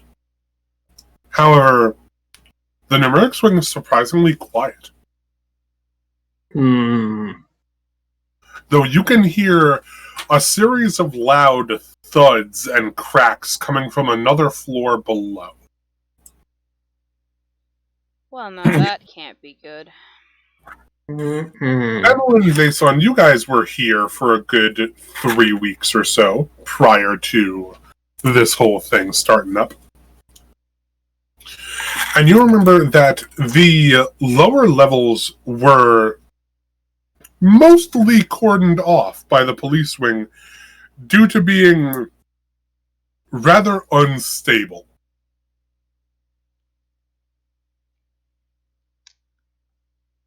Well, that definitely doesn't seem right. It was too unstable to be populated down there. Unless they said it was unstable to keep people away from it. Interesting. Deceptive. Yeah, duplicity is not usually their strong suit, but apparently Crowley took some tips out of my playbook.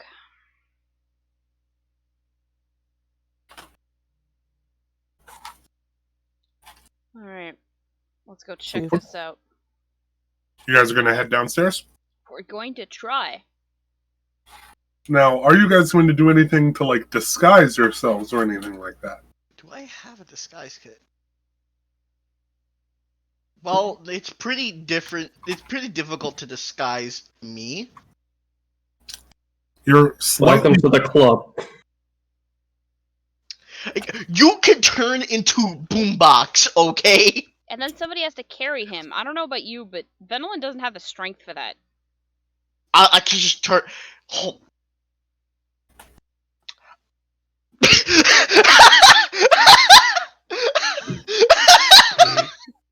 What just happened?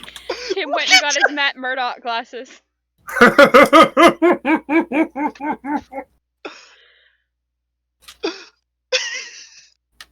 Cue the Daredevil music. Alexa, play the Daredevil theme. I was not prepared. Anywho, what I do have is clothing and rope.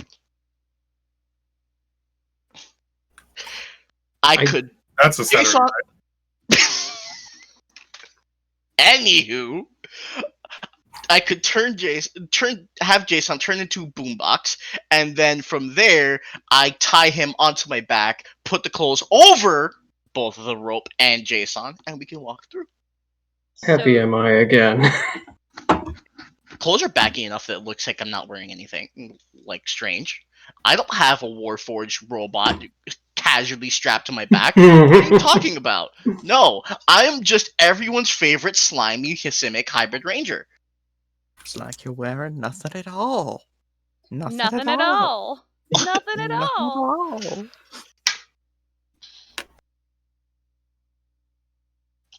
Also, I do have Venolin's brother's 3 jackets. So if anybody wants a jacket, feel free. I mean, there you go! Plus, we could do the whole Thor Ragnarok thing. Just, I could still see you. Not if I have my face like this, you can't. I thought you meant you were going to get help. We might do that too.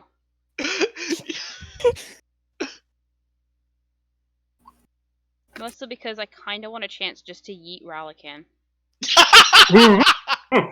Because it absolutely would be Ralakan that got yeeted. You know what? I'm okay with this. And I would do it too, just to be fun. I would do that IRL. Let's be fucking real. I'd eat you. I'm 250 pounds. Can you lift that? Temporarily. Long enough to eat you. All we need. Enough to eat. Okay, I'm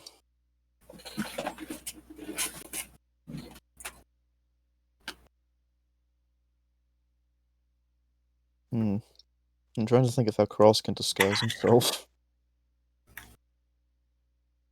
Plus, you were only there for 3 days. They don't really know you that well. True. But they would probably notice if I entered and exit the city, though. To be fair, nobody saw us enter the city. Which might raise the question on suddenly I left with you guys. I mean, if they say that they don't remember you being in the city, you could just claim that they just didn't see you. It was another set of guards that were there when you came back. Yeah, that's true. I can do that. Sure. Not gonna work so well for Venolin, but she's got other plans. It'd be fine. Alternatively, you can temporarily disassemble me and use me as armor. That There we is go. true. I don't know if I'd die from that. I probably would. I mean, you have a furnace inside of you. Dude.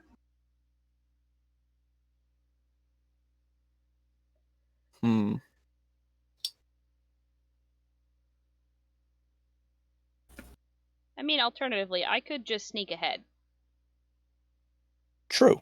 See what You there is can. to see, and then report back. You know, assuming I don't get arrested.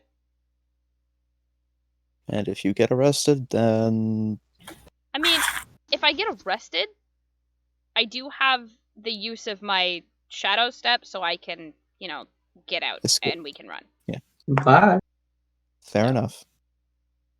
Okay. While you're sneaking ahead, is there anything you'd like us to do? I mean, you know, try not to call attention to yourselves. Yeah, that sounds like a good idea. You know, like just focus on not being seen. If I don't have to worry about you, I can do my job a hell of a lot more effectively.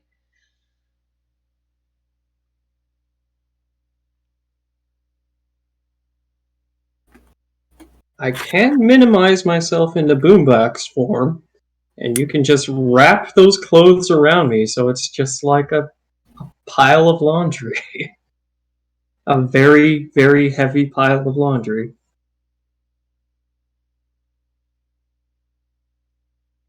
Yeah, we could do that too.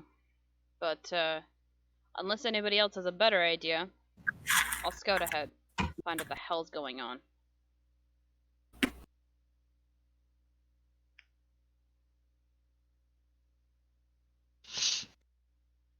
Understood.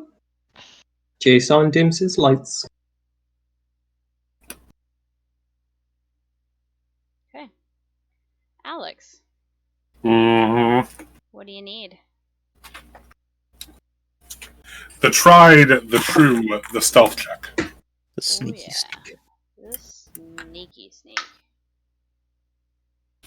Just gotta double check to make sure that I'm not.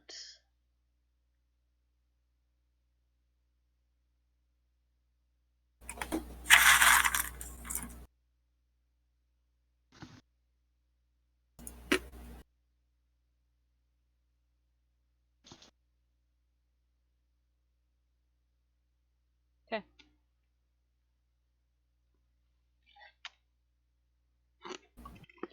Man, I can't believe this is the first time I've built a rogue and didn't take stealth. Yet. What do you mean yet? No, I don't get another chance to take another ability. I straight up just did not take stealth as a rogue. I mean, leveling up, you can get features, right? Get And some stuff. beats.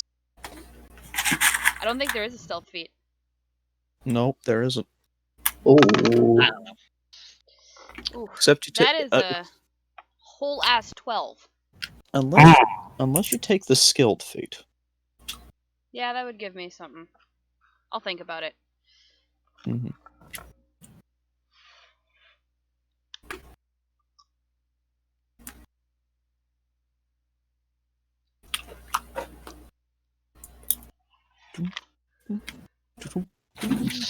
Okay.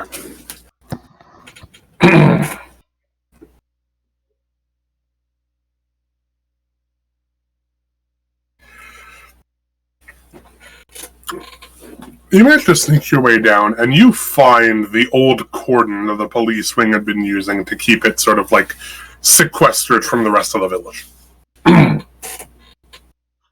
And you find yourself looking at a very large, long tunnel. It's about 20 feet in width,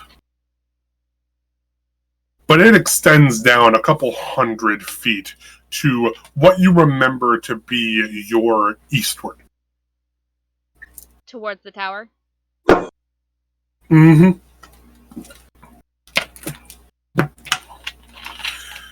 every so often, you do feel a gentle sort of like drip coming from above, but not any that would signify a significant lack of structural integrity. Okay.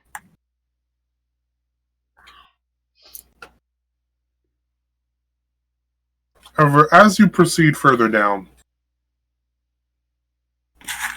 no more than a couple 100 feet,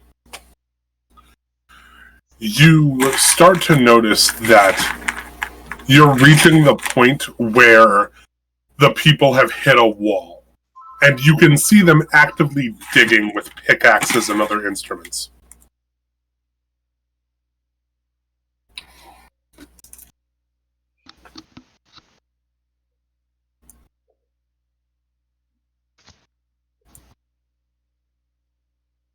Did any of them seem familiar? Fortunately not. Most of them seem to be regular old civilians. A lot of them seem to be volunteers from one of the 3 churches in the Sylvania wing. Some of them have constructed, like, very crude automatic pickaxing contraptions, and you can definitely glean that they're from the numerics wing. And there are a large number of guards from the police wing watching over them as well. How many guards? You count 6.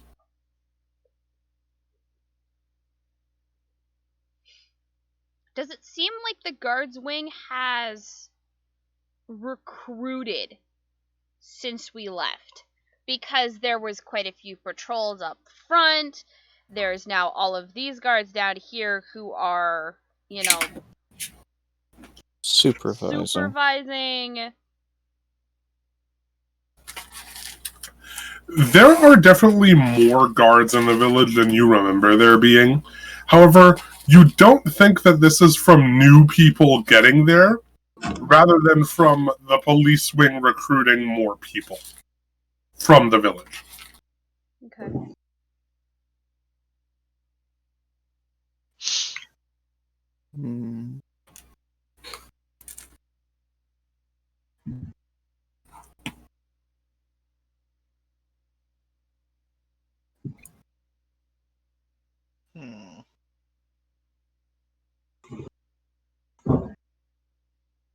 How long does it look like they'd take to actually get the tunnel finished?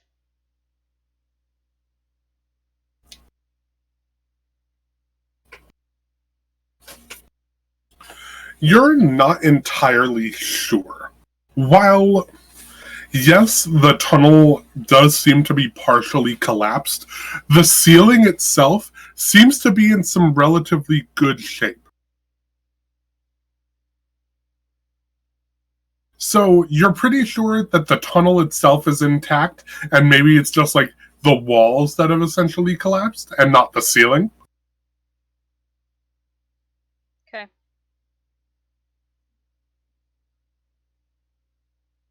But it's really not advanced enough to tell just how long it would take. Right. I mean, there's a real chance that they could break through this blockage and then have a clear shot right to the tower. Mm-hmm. Or there could be other blockages down the way. Mm-hmm. Okay.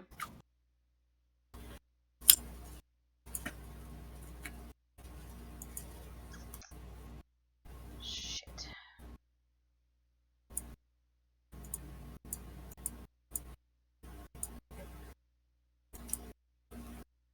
Okay. I am going to attempt to sneak my way back to my party.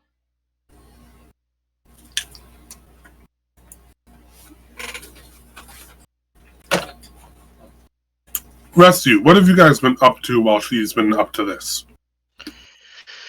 I'm going to try to look around and like observe what not really observe. Oh, what's what I'm looking for? It's investigate. Not asking for an investigation, just like looking around to see like what has happened to my old abode, my old house, where I kept the thing that made me slimy. You know.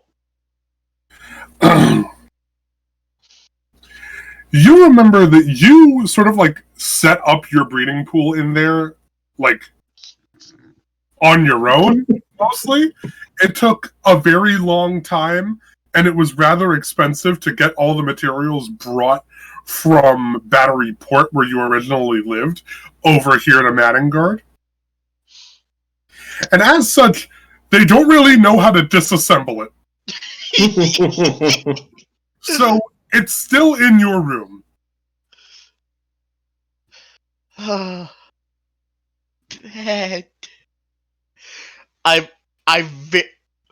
You ever have that moment where you'll look at your bed, it's freshly made, there are brand new sheets on it and everything, and you know that you don't need to go to sleep right now, but the call of sleep just takes you and you just go to sleep, but you know you can't? So you just flop around on top of it, messing it up, and then you get up and start acting like a No, normal like human being? I try to resist. I do my best to resist the call because I can't afford to be slimy at this moment.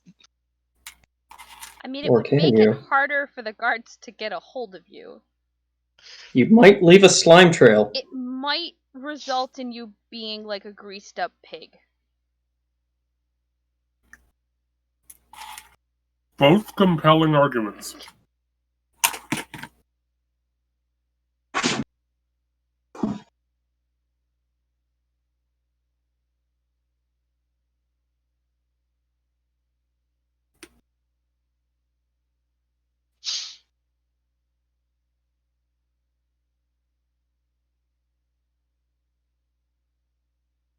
Noticed anything happen to the trail up to my old abode, my old room?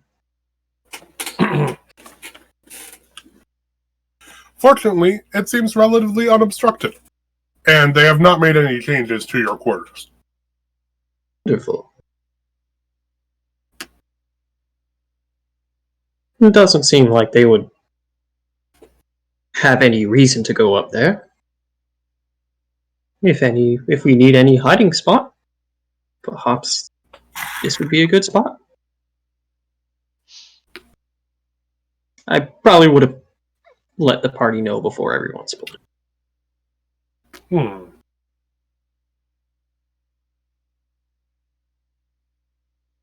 And I would probably not wander too far, but wander just enough that maybe I could overhear anything.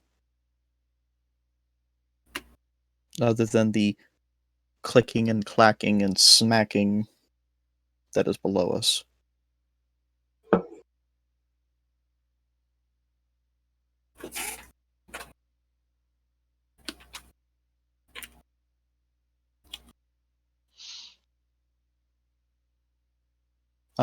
We'll be trying to be subtle about this, though.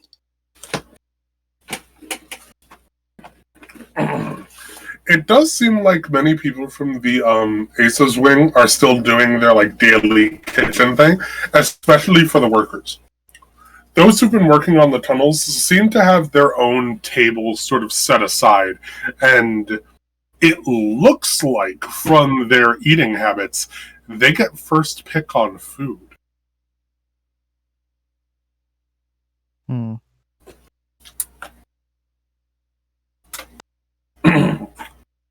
However, on the other hand, there are also a large number of guards here watching over the food processions as well.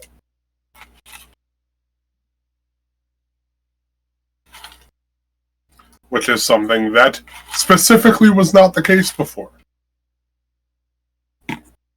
You did not have guards watching you eat.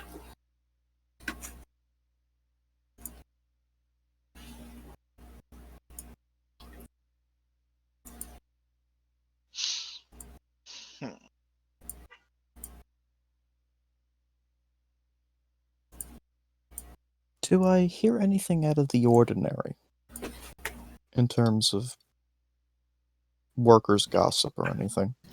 Give me a spicy perception check, please. Okay.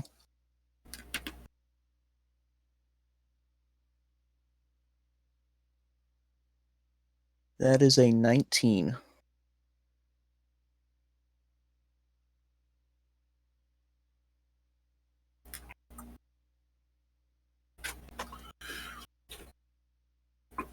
You can hear various officers gossiping about how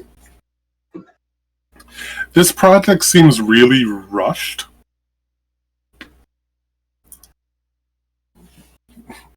And how things really haven't been the same since they kicked out Jason.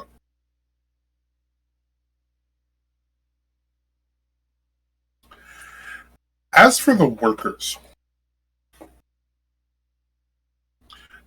gossip seems pretty innocuous until you hear one of them mention their reward for finishing the tunnel.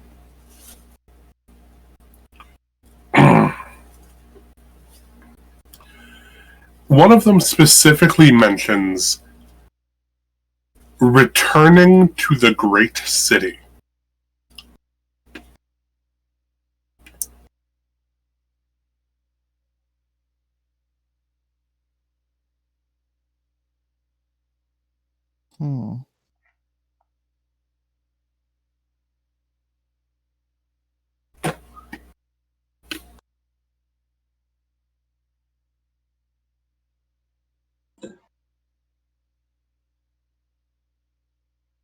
With that, Cross will try to slink away before he's seen.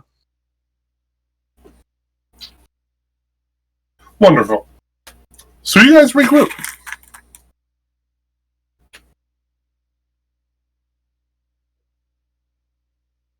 And what are y'all thinking?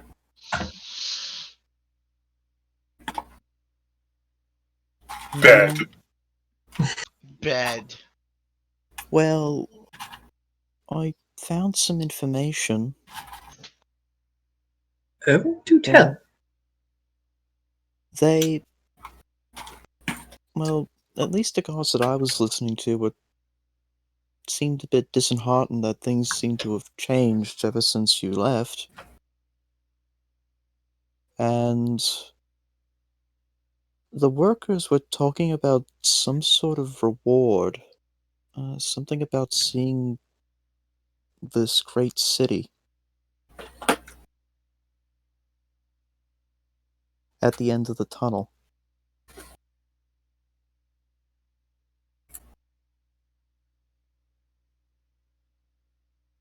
Whatever that means. Venlin, you recall Garrett's words and the very similar promise made to Tobin. Well, they've been promised to go back to... Well, the,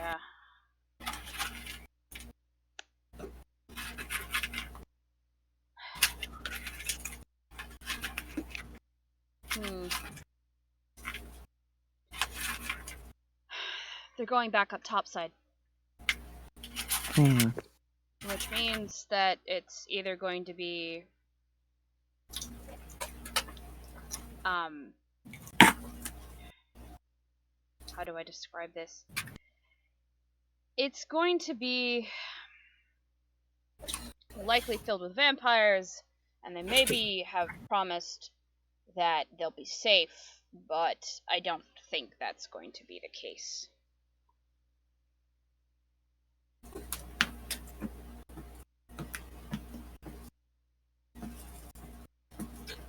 Do you think that Crowley guy knew about this? I think he's in on it. But then why would he send Jason away? If Alzin wants Jason.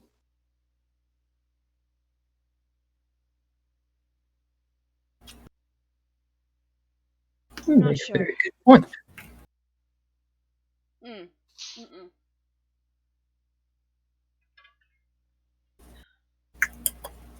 Because I don't think he realized that his partner would get taken out, I guess, is what we'll call it.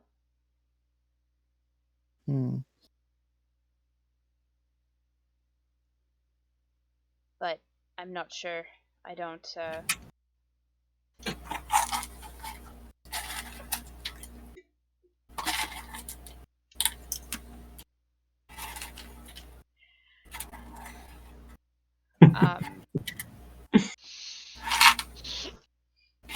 You mentioned before that there were clerics somewhere here in the city? Yeah, they would have been in the, they would have been in the church's wing.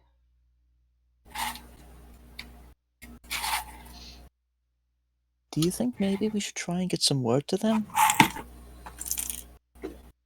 They might be able to help. Right? It might not be a bad idea. But it's hard to tell. On one hand, they may help, and on the other hand, they may sell us out. Because technically, we're not supposed to be here anymore. But then again, on the other hand, we could rally the entire place behind us. So who knows? I guess it would depend on how divided they are. As I said, I heard a few guards talking about how they seemed to miss Jason and how things were before he left. And some of the workers seemed like they were completely on board with what's going on.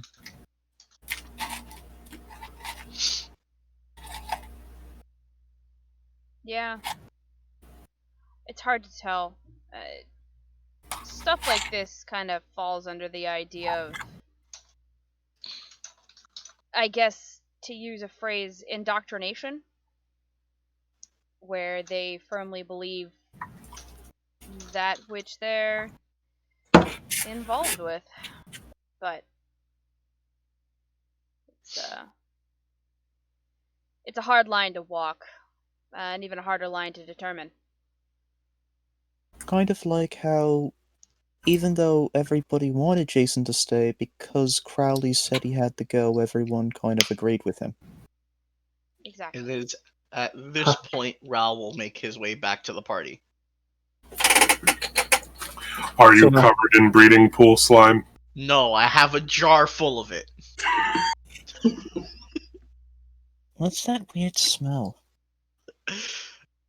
That, my dear friend Cross, I get all teary-eyed. That's the smell of home.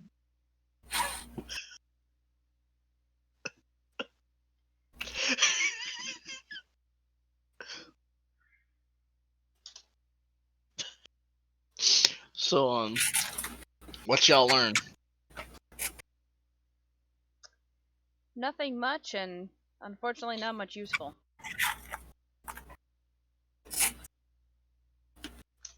Got more questions than answers, but I mean, shouldn't surprise anybody in that case.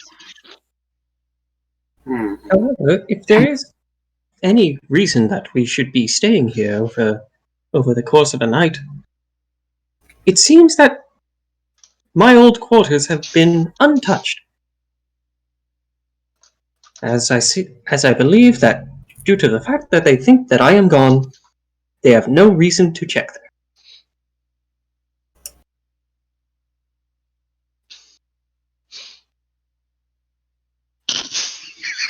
I mean, I'm sorry, I just read chat. This is the most Southern fried civic hybrid I've met in my entire life. yeah, Decca, imagine how we feel. Wait till you hear him get going about birds.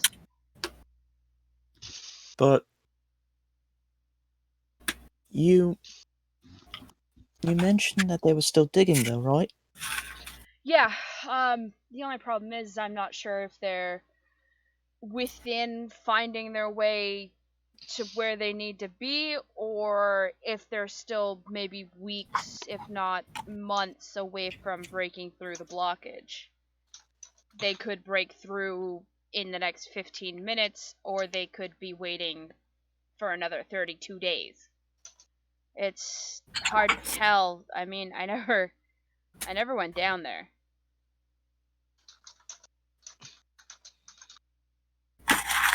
Well, I suppose the one thing I guess is kind of confusing me is that why? Why what? Well, the vampires control the bridge, right? Yes. Why doesn't Elzen just lead them across the bridge? Because if there's one thing, hope is a ridiculously powerful thing. And if you heard a bunch of humanoids and, you know, mortal beings with the idea of hope, you got a lot easier time getting them to do what you want. And if you take them across a bridge covered completely in vampires, they're less likely to go where you want them to go. If you tell them that they're going to have freedom, well, you'd be surprised.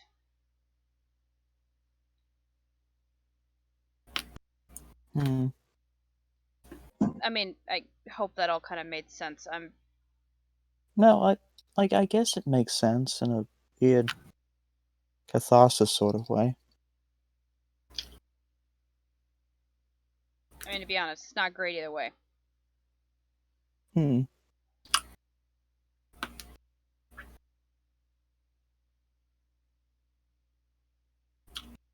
So.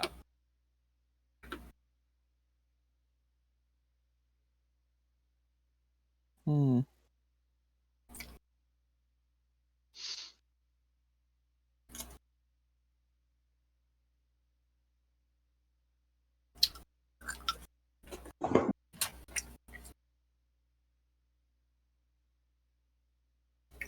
Hmm. And Cross will kind of sit down cross-legged for a second.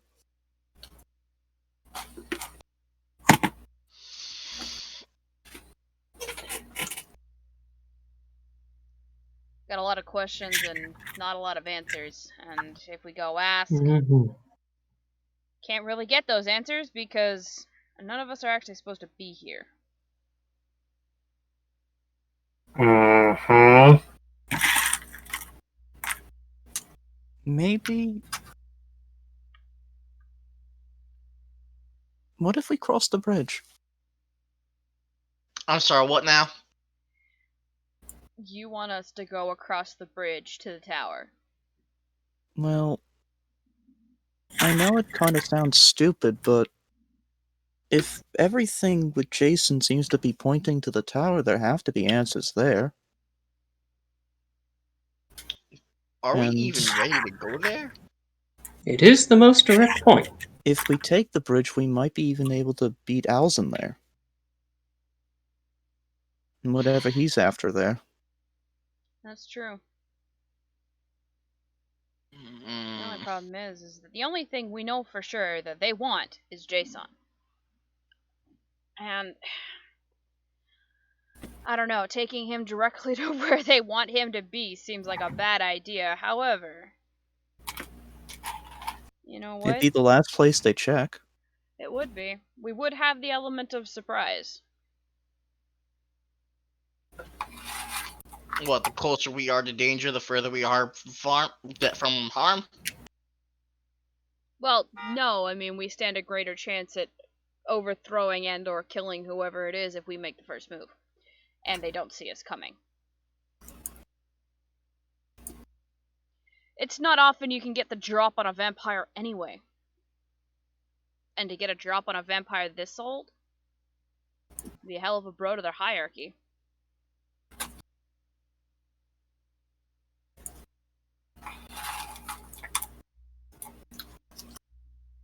thought. Cross's idea might actually be the best one we got. Not a fan, but I agree. Do you think we should reconvene with Raphael? He did seem to have plans with dynamite and the glass tower. That is true. Remind me, do we have to hit the heights before we go back to, or before we hit the tower? No. The single remaining bridge on the island is actually a bit further south from where you guys are now. So going back to the heights would be going all the way back north. Yep. Okay, so the last remaining bridge is another mile or so south and on the eastern side of the island, as opposed to the west side. Whereas you guys, being in Manengard, are kind of right in the middle. Though the tunnel extends a couple 100 feet east. Okay.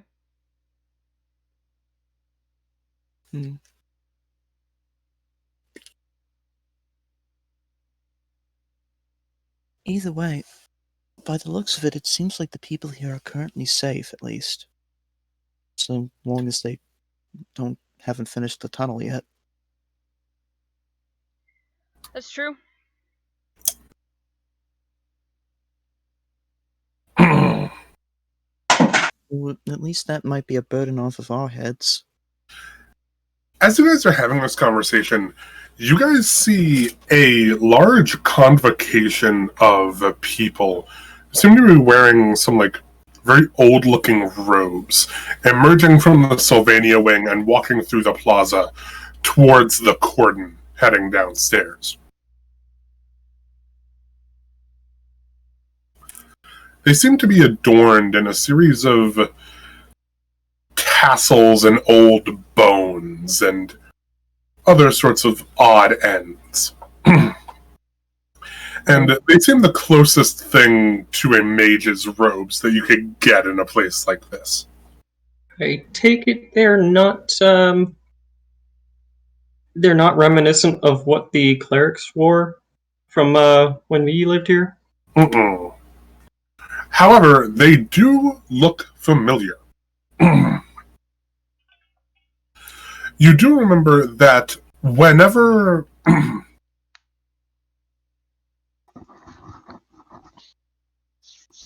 the land grew too hard and unwieldy to properly tend so that they could grow things, they would consult a series of druids from the Sylvania wing. So these are the druids. Mm-hmm.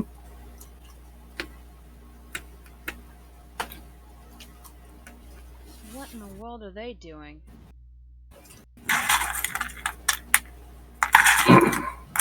Oh no. That's not good.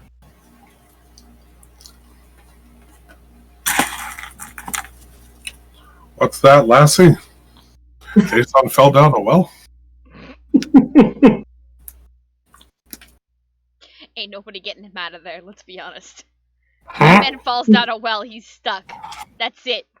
Who are those people with the bones? The You can hear druids them. of the numeric wing.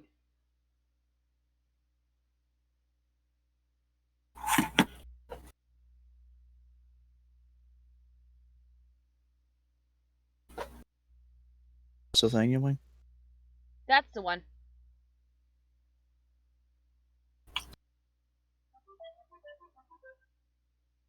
They're... Is that what they're digging?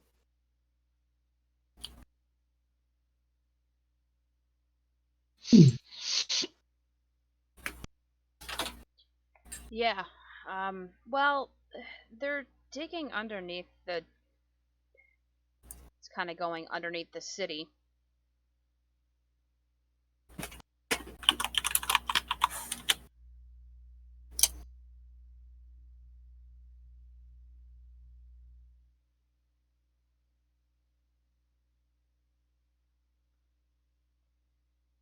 It's headed towards...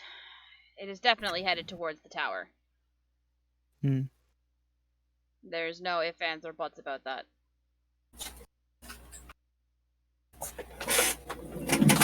You guys continue discussing this for a brief few minutes, before you guys suddenly hear a loud boom from underneath.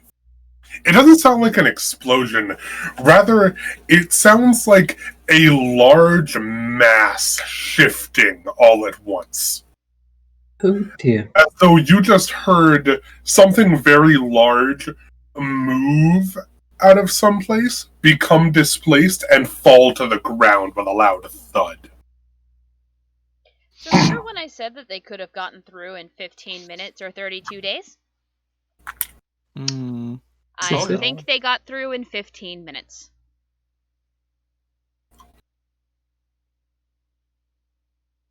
As you're mentioning this, you hear a second boom, very similar in sound. That one wasn't me. Fuck.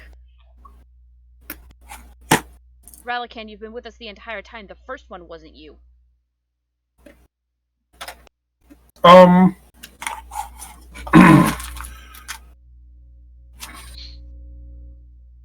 I take it the entire place is shaking at this point. It's shaking, but not in a... The place is going to come crashing down on top of us, the sky is falling kind of shaking. Just a general... Oh, yes, Lucas.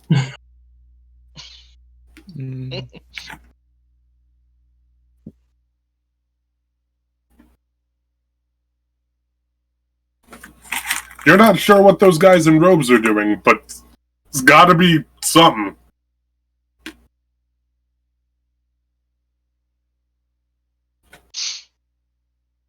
If they're going to be doing that, we probably should get going now. I agree. Out of character, Maddie. Yeah. I recall you writing a note to somebody here. Who was it again? Ian Halsey.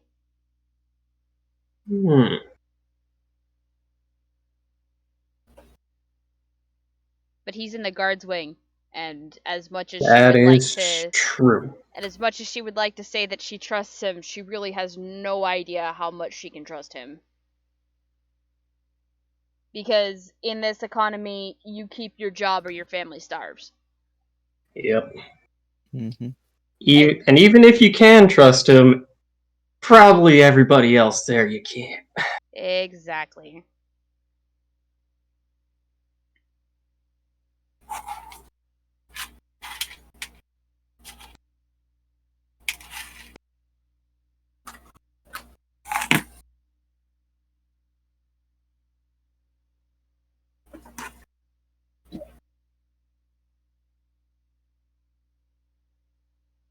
So what do you guys want to do? GTFO, I guess. Now, which way are you taking to get out? Because you guys are kind of like hiding in a corner of the main plaza right now. So pretty much any way you try to leave will be relatively equidistant. How about the same way we came? Yeah.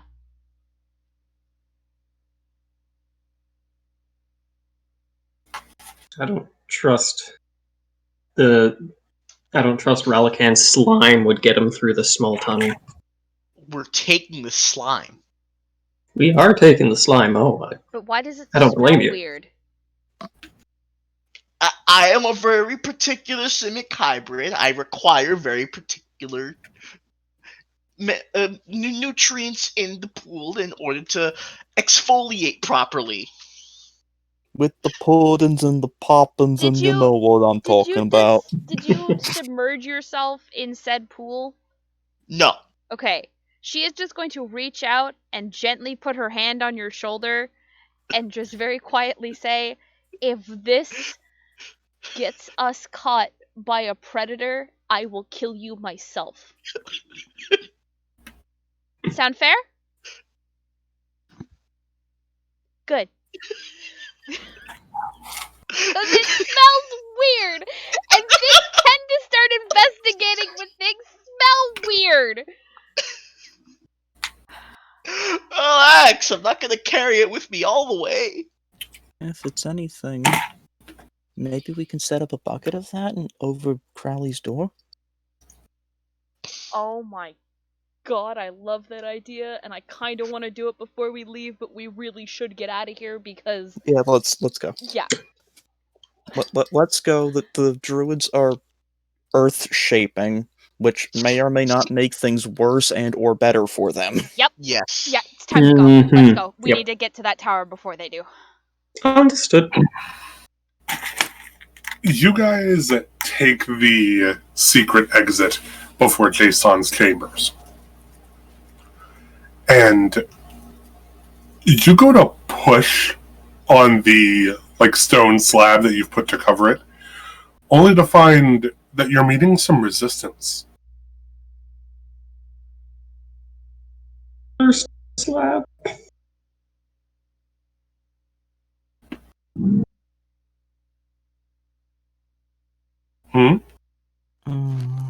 What was that? Oh, just You can feel that there is something on the other side of this slab pushing down on it. Oh no. dear. It seems there's more than just the slab up there. Okay, well, we gotta get out of here. So, I don't want to... We could go back to the other Jason, exit, but Ralakan's not gonna fit. Jason, as you let go of the slab and stop exerting force on it, whatever's on the other side lifts it up. And kneeling over the edge of the opening, holding his bow to aim down the side of the tunnel, is Ian Halsey. Uh-oh. And he kind of just looks at all four of you.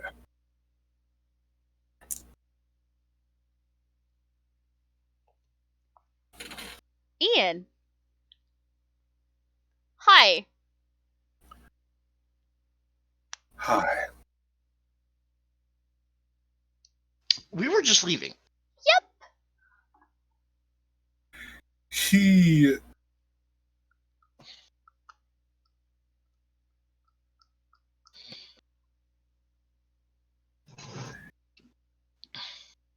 shoots an arrow down the side of the tunnel. And you see it sort of impact with a crack against the stone. I am going to not let that happen. And he and he takes a step backwards from the opening. Venelin just Okay. starts, ushering everybody up, let's go. Come on. Gotta go. Okay, I will not catch the arrow and... Okay, fine.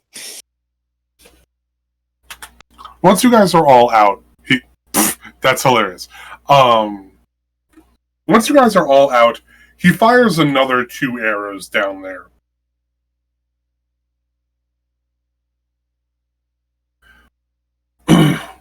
Before taking another couple of arrows out of his quiver and breaking them before scattering them near the entrance. And then closes the slab shut.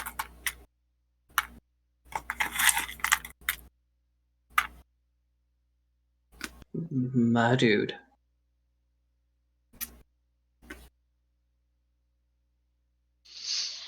You've been hearing all this stuff about the glass tower too, right? Yeah. Mhm. It's nothing good. Especially if they brought the druids in. Means they're trying to get something done quick.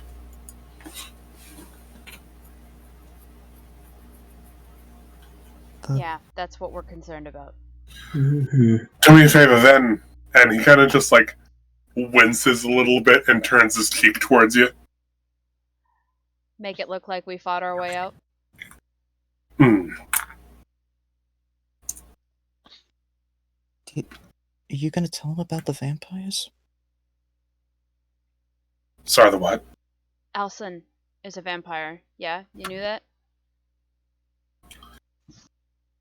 We Black had Powers. suspicions. There's a couple of us on the police wing that had some suspicions about it, but nothing's been confirmed. Yeah, no.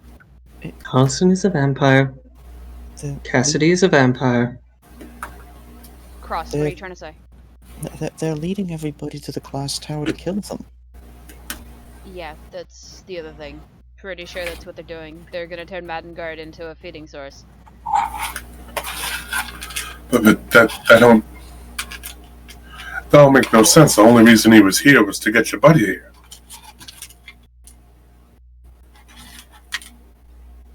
This Then is why just are an they added taking? bonus. Sorry, what did you say, Tim? Well, then why are they digging?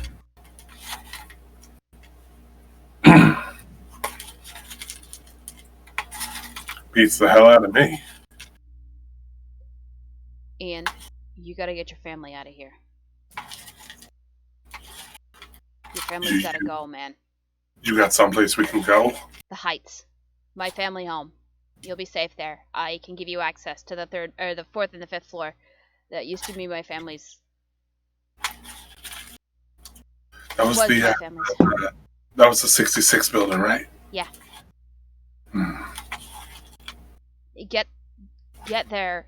Tell them that your friends, family, whatever of mine, they'll let you in. Maybe even mention something to Apollo along the way? Because he'll probably... that might be Alzin's next stop.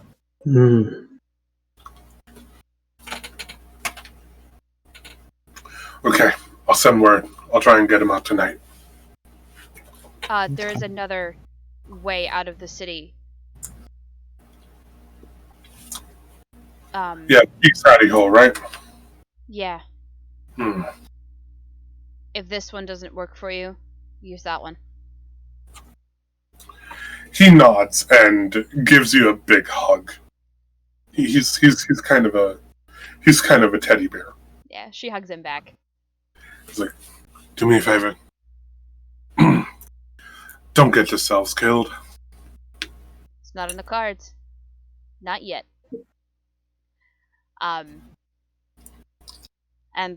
Sorry I gotta do this to you, Ian.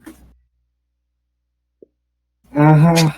But she is very hug into a efficient. headbutt. Yep. Just How many times do you hit him? twice. Just to make sure it really bruised and doesn't look like he just gave up. Are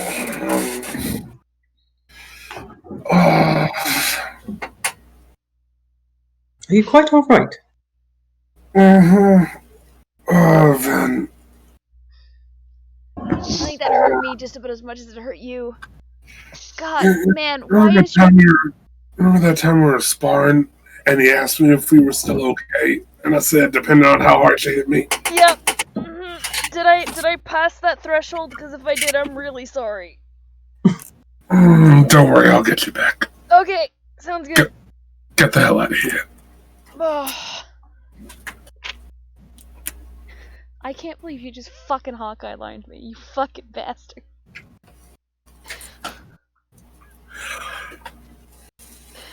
God fucking damn it.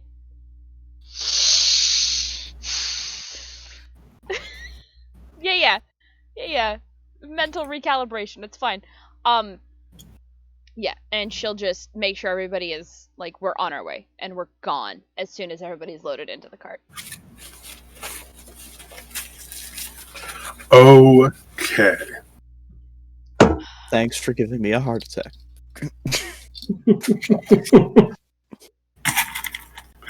You're welcome. Oh god, and now we have to cross the bridge. Yeah. You guys hightail it southeast. The plan. This is Cross's plan, so... Oh, god damn it. Mm-hmm. Yeah, let's listen to the blind kid. I'm sure he knows how to cross a bridge full of vampires. Any deliberations you guys want to make? Because this is step one. This is make the plan. So any deliberations you guys want to make before we cut off for the night, because we don't have much longer. Okay. So,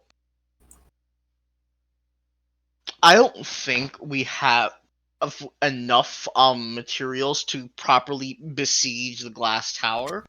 I do want to visit Raphael and get some explosives, some proper explosives, not my rune bombs. Because I can only make so many. And he seems to know a little bit about the glass tower, at least enough to devise a plan to blow it up. I mean, if we do that, then we can. Then I can also prep the fourth floor, for Ian and his family. Then in that case, do you guys want to wait, escort Ian and his family up there, and grab Raphael on the way back? It would be easier to get them through Apollo's territory. Yeah. If they go through with us. I disagree, actually. I think the faster we get to the glass tower and the quicker we secure literally everybody, the better it will be for it. Yeah, but we're gonna have to camp regardless. And True. it's pretty close to the evening anyway, and Ian's coming out soon with his family. True. So we're waiting maybe an hour, 2 hours in an area that's not being patrolled. Yeah, that is. And then we can take his family and him and get them out of there.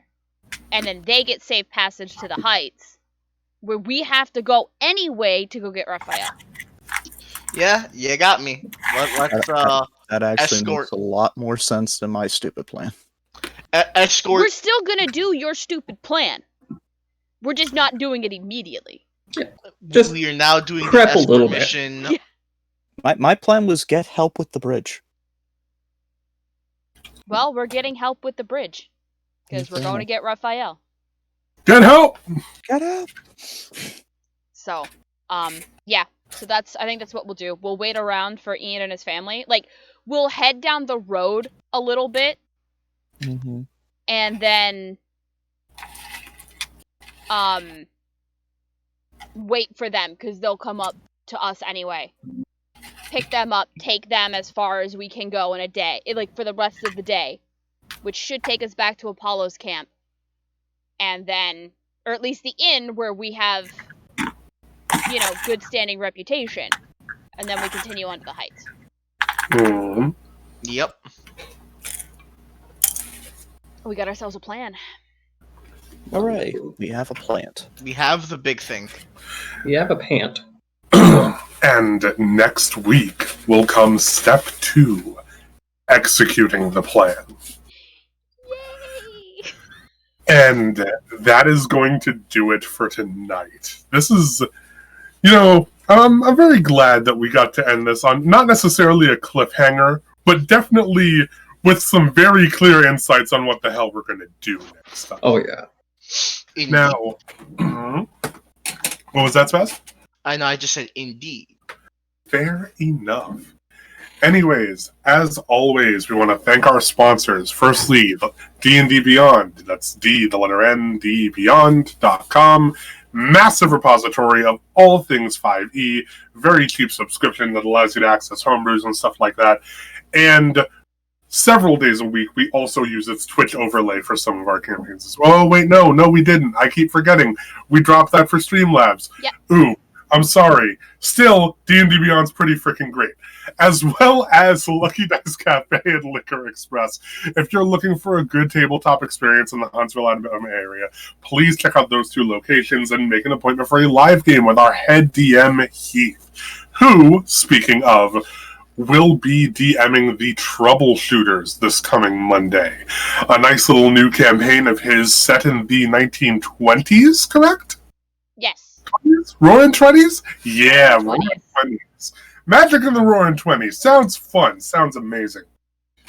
On Tuesdays, we have Vampire the Masquerade Valley by Night, where we have a bunch of young vampires masquerading through the Tennessee Valley area. On Wednesdays, we have our own Maddie here playing Monster of the Week. Any insights on Monster of the Week so far? No, because I unfortunately had to miss the first session of our second hunt. Big, So, giant goop. I have no idea. All I know is the little bit that I know that's to do with Cassie, which amounts to Cassie's boyfriend's mom doesn't like her. Cassie's boyfriend's Cassie's boyfriend is about to ascend to the Council of Vampires, but his dad likes her. So, and that's the only opinion that really matters. Man, I'm pretty sure neither of the D's in D&D stand for Degrassi, so I don't... Excuse you. What? Listen to that shit. Listen to that, like, Drake in his teens tier drama. And tell me that one of the D's in D&D stands for Degrassi. And on Thursdays, Maddie will be DMing a great run of Descent into Avernus. How are we doing with that, Maddie? Well, they had a nice relaxing time in Arcus and Cyanus's fortress. She has casted Mighty Fortress every day for a year. Or not every day, every 7 days for a year in the first plane of hell, so as to create a permanent fortress for her and her husband to come back to. And the party lacks in Arcanum, so that's what they're for. They are there literally to answer any Arcanum questions that the party has, because the party is... they don't really have any spellcasters. Not arcane spellcasters. They got a bunch of charisma and wisdom spellcasters, but no intelligence based. Except for their artificer, who's more associated with his armor than anything else. But it's going great. They're about to hit the Bleeding Citadel, so. Friday will be some nice R&R, because we do not run a game on Friday. And Saturday, God willing, I really don't like this whole bi-weekly shtick. We will be right back here with another episode of the Stolen Cities. I have been Alex, your DM. She has been Maddie. They have been Spaz, Tim, and Lucas. Please remember, wash your hands, wear your mask, be good to one another, and roar for initiative. Have a good night.